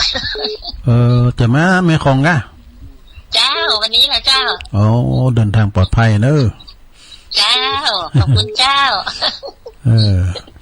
น้องบัวชัยประการฟังตลอดขอบคุณแม่สีทอหนักๆเนอะเจ้าสาธุเจ้าสาธุบุญรักษาอยู่ดีมีสุขเนาะเจริญปอนพึ่งว่าเตะไปใส่ห้องนั้นไม่ว่าถูไว้จะรักไอ้โหยุบาทเนี่ยตุบีแม่ไพ่แม่อำไพ่เจ้าแม่ต่อยมันเต้นไปหน่อยเลยไม่หน่อยนี่เน็ตแต่เนาะอันนั้นเป็นนั้นเน็ตแต่เป็นนั่นมาเบอร์แรกเลยกะแม่นกะอันเข้ากับมันไว้ในยกเลิกแต่อันแฟนจะว่าเป็นยกเลิกเจ้าไว้นั่นก็ได้ยินท่านมหาประสิทธิ์ว่านั่นกะไม่แต่ตำแล้วหิ่งกรอบก็คือตัวปีชันนี่นะมันตื่นเนาะน้ำลายปุพี่ยักษ์ว่าตื่นหนักอ่ะเนาะจ้าไปซะจ้าชัดเจนจะดีเนอะสาธุแม่ต่อยอัมภัยเนอะบันกอกบันไว้โทรมาคุณยองเหมือนกันเจริญปอน สาเจ้าทุง แม่บุญพินนะเจ้าค่ะแม่ไหนเจ้าแม่กัญญามนปินแม่กัญญาแม่กัญญายนหนาวเนาะทุงเนาะนั่นก็หนาวนะเจ้ามนปินนี่ก็หนาวเจ้มนปินเจ้าฟางเนาะตำปูนสั่งหนาวกะเนาะน้ำพริกมะกอกอร่อยเนาะลุงโอ้โหลำแต่แดงใส่มะกอกเนี่ยอร่อยแท้นะเจ้ากอกคู่บาหันก็มีอยู่ก้าแต่ใครบอกเหือนตุปีเลินเนาะตุปีเลินทำมันหน่วยนักกินเต้นแป้ก็อบแห้งไว้เนาะก็จะเป็นประการกอกแห้งมากะเอาอบแห้งไว้บ้างอย่างน้ำใยอะกะคือแต่เป็นจะตามกอกแห้งมากขอบคุณแม่กัญญาเนอะสาธุขอบคุณโทษสุขภาพเจ้ามันหนาวแม่น่ะมันหนาวแท้ตุลุงซุปหมกก็น่ะขมอมบ้างสาธุน่ะเวลาตุลุงมีลายอยู่หรอตั้งป่าไม่แดงบัวน่ะหอมบุญน่ะมาแล้วก็เข้ากำน้องแซะเจริญปอนสาเจ้าแม่ฟ้องปงดอนมาแล้วฟังอย่างไรนี่โควิดนี่ฮะนักโควิดนี่ปุงดอนแจ้โฮมตอนนั้นสบายใจเนาะก็มาโกนบานกูมือน้ำไปกับนั่งไซน์เนี่ยมาขุนนั่นแหละเนี่ยกำลังจะกินหมอนตันหวานกันครบ100 ปีพอดีแต่มันมาแล้วมันก็ผ่านไปนั่นน่ะเป็กเบ็ดตกกังวลลำไปเนอะมันมาแล้วมันก็ผ่านไปนะมันมีอย่างดีนะไม่อยู่ตอนหอจีรังอย่างนี้นะอันนี้จังนะอันที่5นี่สิจะกลับบ้านเลยบ้านเนะนั่นเนาะก็จะได้ไปอยู่กับตุนพึ่งนี่นะตุนพึ่งไปอยู่วันที่2นี่นะผมใจที่ตุนพึ่งนะแล้วก็วันที่1ออกกำก่อนพาไปนี่จะไปตีตุปีป๊อปปี้ด้วยเนอะวัดหอยหานะไปช่วยครูโกไปได้ปั่นประเจ้าตันใจ1 มกรานี่ไปอยู่จะไปติวปูนด้วยบ้านหอยหานี่บ้านหงขอบคุณแม่ฟองเนอะจ้าแต่ลืมบอกไปนั่นแม่สาธุ089-955-6506ไม่เคยลืมบอกเบอร์เจริญปอนหอยสาเจ้าตะลุงแม่แดงบ่เจ้าแม่แดงรัตนาตะล่อมมาแล้ววันนี้หนาวแต่กะไปการอยู่ก้าวันเนี่ยไปกะกำลังทอดจีนทอดอย่างไปอยู่ใส่แมสเด้อดอกตะล่อมเย็นเนาะหนาวเหมือนกันมดเนาะวันนี้เนาะแต่กะอากาศหนาวเหมือนกันรักษาสุขภาพเหมือนกันนะเจ้าเหมือนกันเนอะรักษาสุขภาพสาธุขอบคุณแม่แดงเจ้าว่าจะเอาทั้งเปิ้นมาอันเรื่องโพเพจไม่ผีแต่สรุปทำก็ไม่ได้สรุปดาวว่ามันแรงเบื่อเกินเจริญปอนแต่ว่าเจ้าสรุปผมว่าติดไม่ได้เปิดติดนะไม่ซ่อนนะเจ้าไม่ซ่อนนี่ยังโทรมาพอกันไม่ซ่อนนาซายน้อยหนาวก็ไม่วางหนาวแท้หนาววะถ้าเขาออกไปทางนอกในหนาวเนอะมาอยู่นอนโคตรหลงหนวดมันนอนเฝ้าห้องหน้าห้องนะอีด้วยล่ำบุกจะเอาผ้าห่มเห็นไว้มันนอนกันสมมาเดี๋ยวมันนอนผ่าเจ็ดตีนจะตามขันเข้าว่าละตัวลุงวันนี้ตามขันเข่าไอ้กันที่เจ้าเป็นเหมือนไหลนะตามขันเข่าแม่วางลี่อันนี้นะแม่วางแม่ซ่อนนั้นสถานีเมืองลีมดีนะกะห้องบดีนะกะแม่บัวเขียวเขาแม่อัมพันแม่อัมพรเขาเนี่ยเป็นโทรมาให้ตุลุงรู้งอมตุลุงบัดเดี๋ยวนี้งอมนี่วะอีแม่ของงอมงดไรวะดูได้กะฟังขึ้น103กับ104เจ้ามีแม่ซ่อนนะกะโชคดีแล้วเปิ้นมันนั้นเปิ้นจะฟังได้ไม่ดำเพราะจะได้ยินน่ะกะไปแป้งกันเลยดูคุณเฒ่านะสำยุคในสมัยนี้เปิ้นได้ไปไหนคุณหมอคุณกำก็ฟังน่ะกะเฮาแป้งได้มาแป้งกูฮ้อกูเฮือสาธุอันเฮาฟังตุลุงนี่ก็มีเขียดเหมือนกันแหละแต่มีนำทำคำสอนสักตอนใดน่ะนะ อาจารย์ประครูบอกว่าตามสไตล์ตุลุงเตอะเปิ้นคลายเครียดเนี่ยเจริญปน มาสาจ้าตุลุง แม่เพนว่าไปเลย แสงไฟสว่างตาแสงธรรมะสว่างใจสว่างตาได้แสงไฟสว่างใจได้แสงธรรมเจ้ามันคือโรคโควิดที่คุณย่ามาใกล้เนอะตุลุงเนาะแม่น่ะเห็นมันหนีไปตั้งไกลๆบุตรงน้ำทะเลบุมันใกล้ๆเนอะไปมาไก่งานจะได้มีแล้วเรนนี้เป็นงดประตูก่อนเนาะก่อนนะครับนี่ที่ยกกระชับได้มางดกันนะบุญอยู่เนาะอันนี้ยกชัดนี่เปิ้นก็มันเจ๊คืนไว้ในมูลเนาะเปิ้นในมูลหมดตุลุงได้มาอยู่เนาะมาอยู่กันจ้ะชาตินี้ก็จะตุลุงเลยเจ้าไว้สาธุน้ำดิบน้อยรอตุเบเสียนจะยกเลิกเก่าก้าตรงนิมิตเจริญปนกราบนมัสการครับผมไหว้สาอาจารย์นิพนธ์ครับพี่ช่วงนี้ไม่ค่อยเข้ารายการเท่าไหร่นะครับเพราะว่ากำลังไว้ทุกเดย์สมเด็จอยู่พระอาจารย์ใจอยู่นะครับก็เพิ่งกลับมาจากวัดท่านเมื่อไม่กี่วันนี้เองครับตอนนี้ก็ยังไม่มีอะไรเมื่อวานนี้ก็พอดีไปส่งพระของลูกศิษย์ของตุลุงยองแม่น่ะหลวงพ่อไปรับเนาะผมไม่ค่อยมีเวลาแล้วครับครับจะฟังอยู่นะครับผมดีแล้วตามมาตรการครับผมขอบคุณครับอาจารย์ครับว่านี่มันลุงโหลดมาหนึ่งบอกผมไปปะแฟนคลับตัวลุงไอ้หรอท่านพระครูไอ้หรอท่านอาจารย์นิพนธ์เนี่ยเนาะเจริญปนมาชิการเจ้ายายพรกะเจ้ายายพรล่องวัวแดงสันกระแปงเจียงใหม่มาแล้วเงินไม่ป้าหร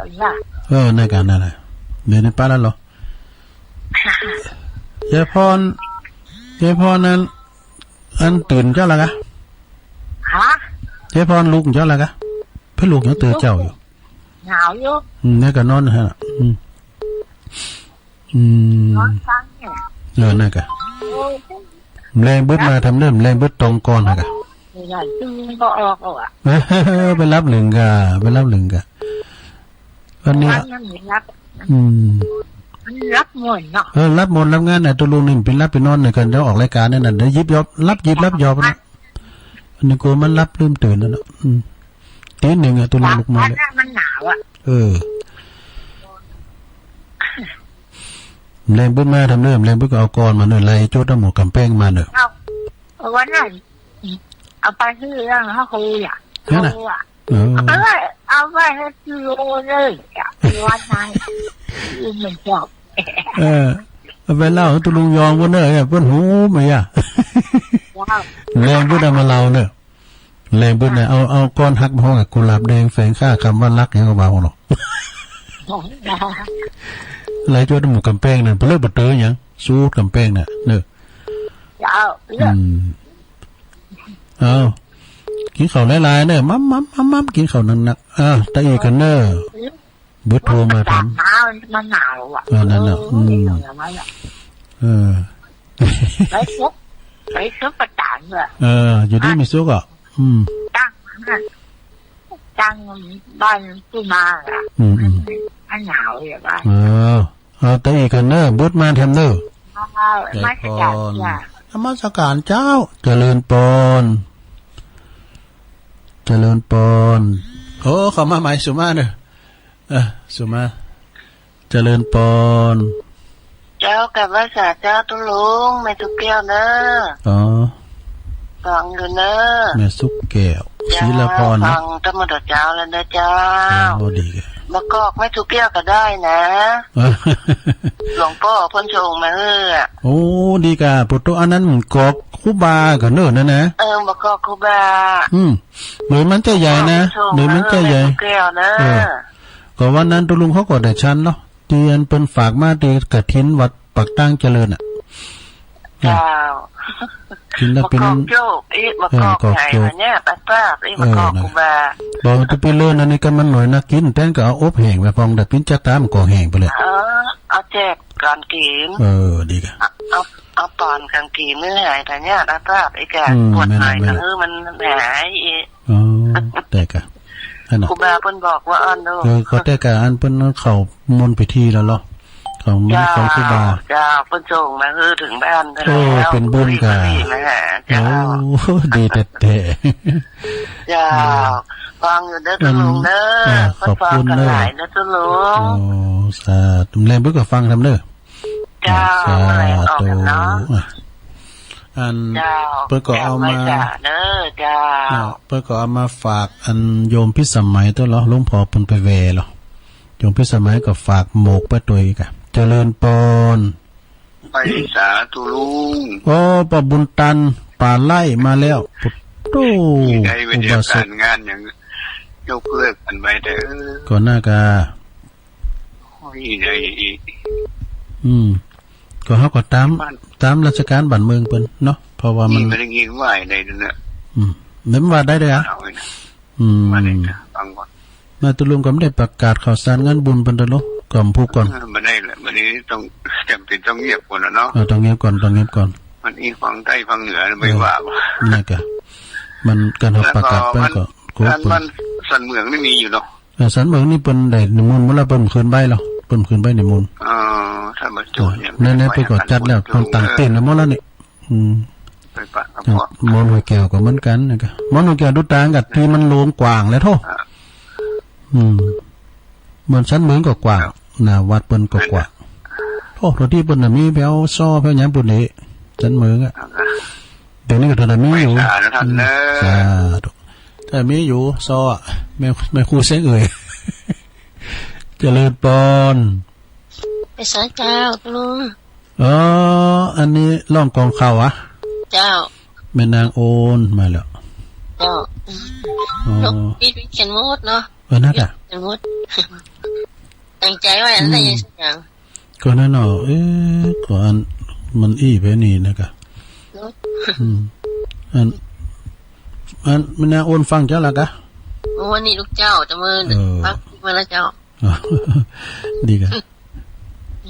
มันกินเจ้าขอบคุณแม่นางโอนหลายๆเนอะเจ้าฟังทุกวันนะเจ้าสา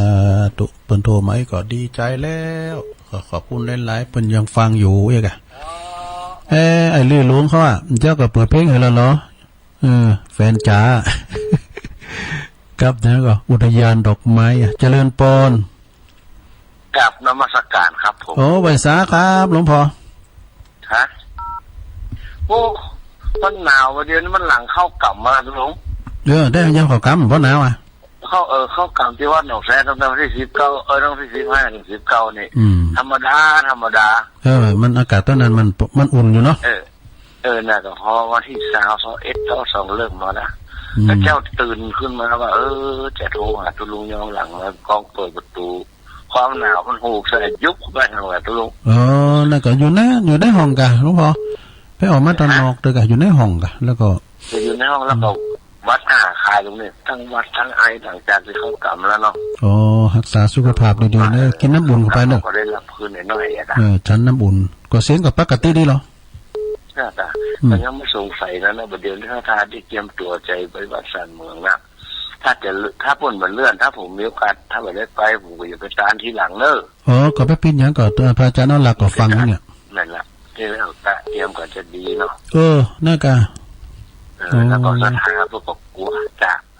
แม่เป็นผู้สูงวัยทั้งนั้นลูกหลานเลยแม่จะสร้างไปไหนเตเนอร์แต่กะเดี๋ยวจะสร้างไปไหนมันจะดีเสียดายแล้วมูที่เป็นสถานทั้งหลายที่เพิ่นจะจัดงานเพื่อหลวงแหละตุลุงวันที่14 กุมภาพันธ์นี่4ที่ก่อนนะที่คนมันนิมนต์นี่นะถ้าเดือนตั้งมกรานี่ก็ตั้งแต่วันที่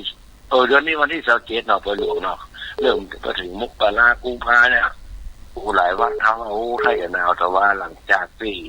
ฟังพระครูอภิวัฒนาวิกรมเสร็จเรียบร้อยแล้วตั้งวัดสลีโสดาเนาะท่านเราจะว่าเพิ่นก็มาติดต่อเพิ่นก็แล้วโควิดแหละอยากก็ฟังเหมือนคุดที่สมัยจะเลื่อนนะก็เลื่อนออกแต่ก่อนเป็นอย่างนั้นผมก็ตั้งใจเหมือนว่าจะไปห้องมุ้งที่สมัยที่ตั้งพระตานั่นแหละนี่ก็ดูแล้วก็อาจารย์พระครูจะมาครับผมไปตัวเองอ่ะก็ขึ้นมาเลยยกเลิกกันไว้ก่อนเป็นก็ยกเลิกไปก่อนได้หมดในโรงเรียนในกรุงเทพผมดูข่าวบอกปิดเป็นเรื่องโรงเรียนเนาะปิดกันหลายอ่ะปิดกันหลายถ้าเอาไปวัดพระธาตุโดยน้อยเนี่ยมันต้องปิดแล้วเนาะอันนี้มันตัวปิดเลยมันไม่ตัวไม่สุ่มตัวเลย ขึ้นมาถึงกับถึงถามต้องคิดละถึงหน้าสถานีเลยปอดเขตปอดโรคโควิดนะลุงเนาะครับนะวันนี้ก็โอ้ไปนะวันแรงก็ฟังอย่างนั้นเนี่ยลุงครับครับบอกคืออันขอนิมนต์ท่านอาจารย์เอาลักเลยเอานิทานธรรมะเรื่องชะตากอกแห้งมาออกอากาศนะครับเพิ่นฟังอย่างอยู่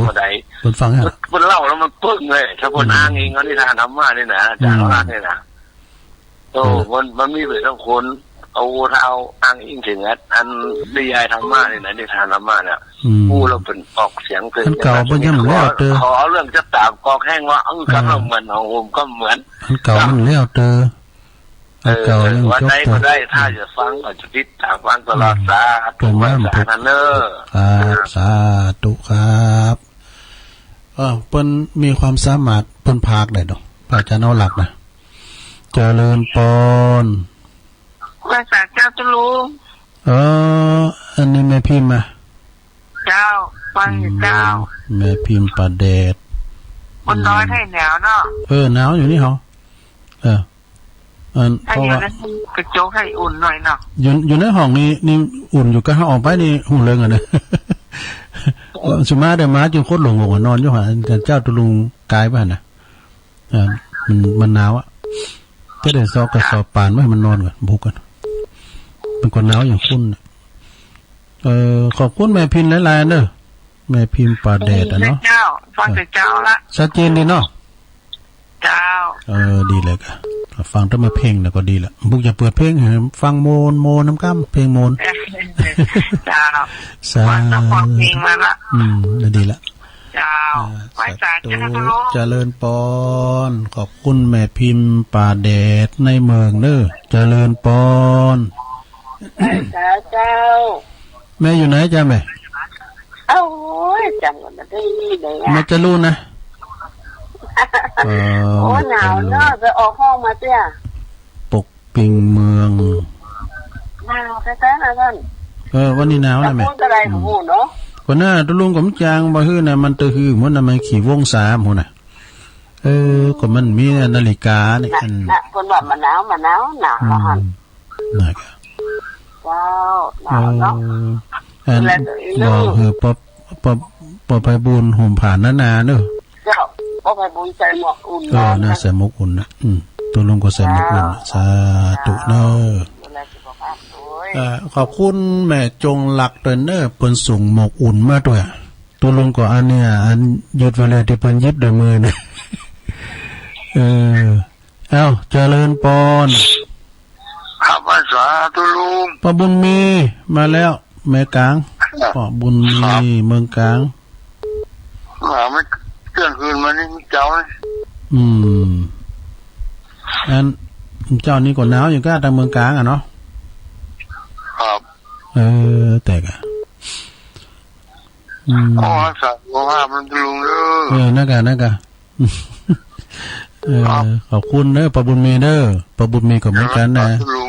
โอ้แรงบึกก็โทรมาแถม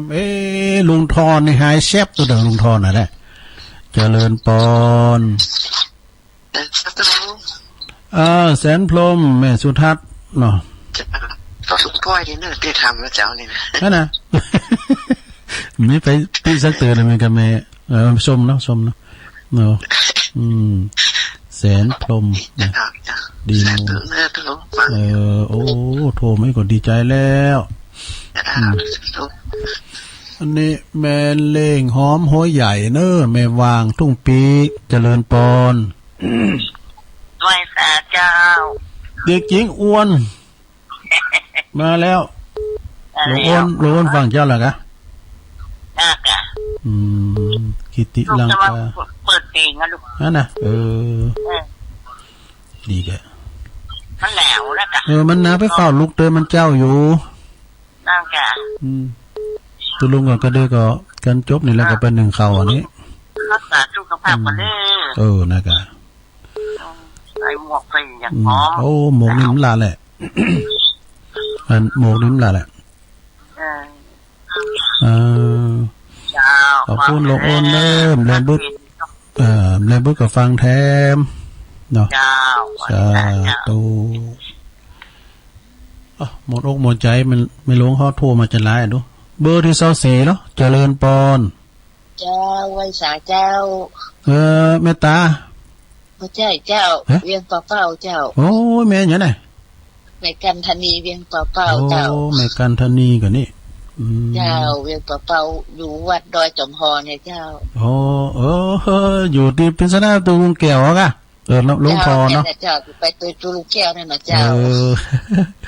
เปิดก็ส่งไลน์มาหาตุลุงถึงวันน่ะตุลุงแก้วนะฟังธรรมเปิ้นโมนดิกำลังใจนะเจ้าขอบคุณแม่กันธนีหลายๆเด้อเจ้าไว้สาเจ้าเอาแล้วเนาะศรัทธาญาติโยมต่างหลายตุลุงก็ขออนุญาตวางสายกันเน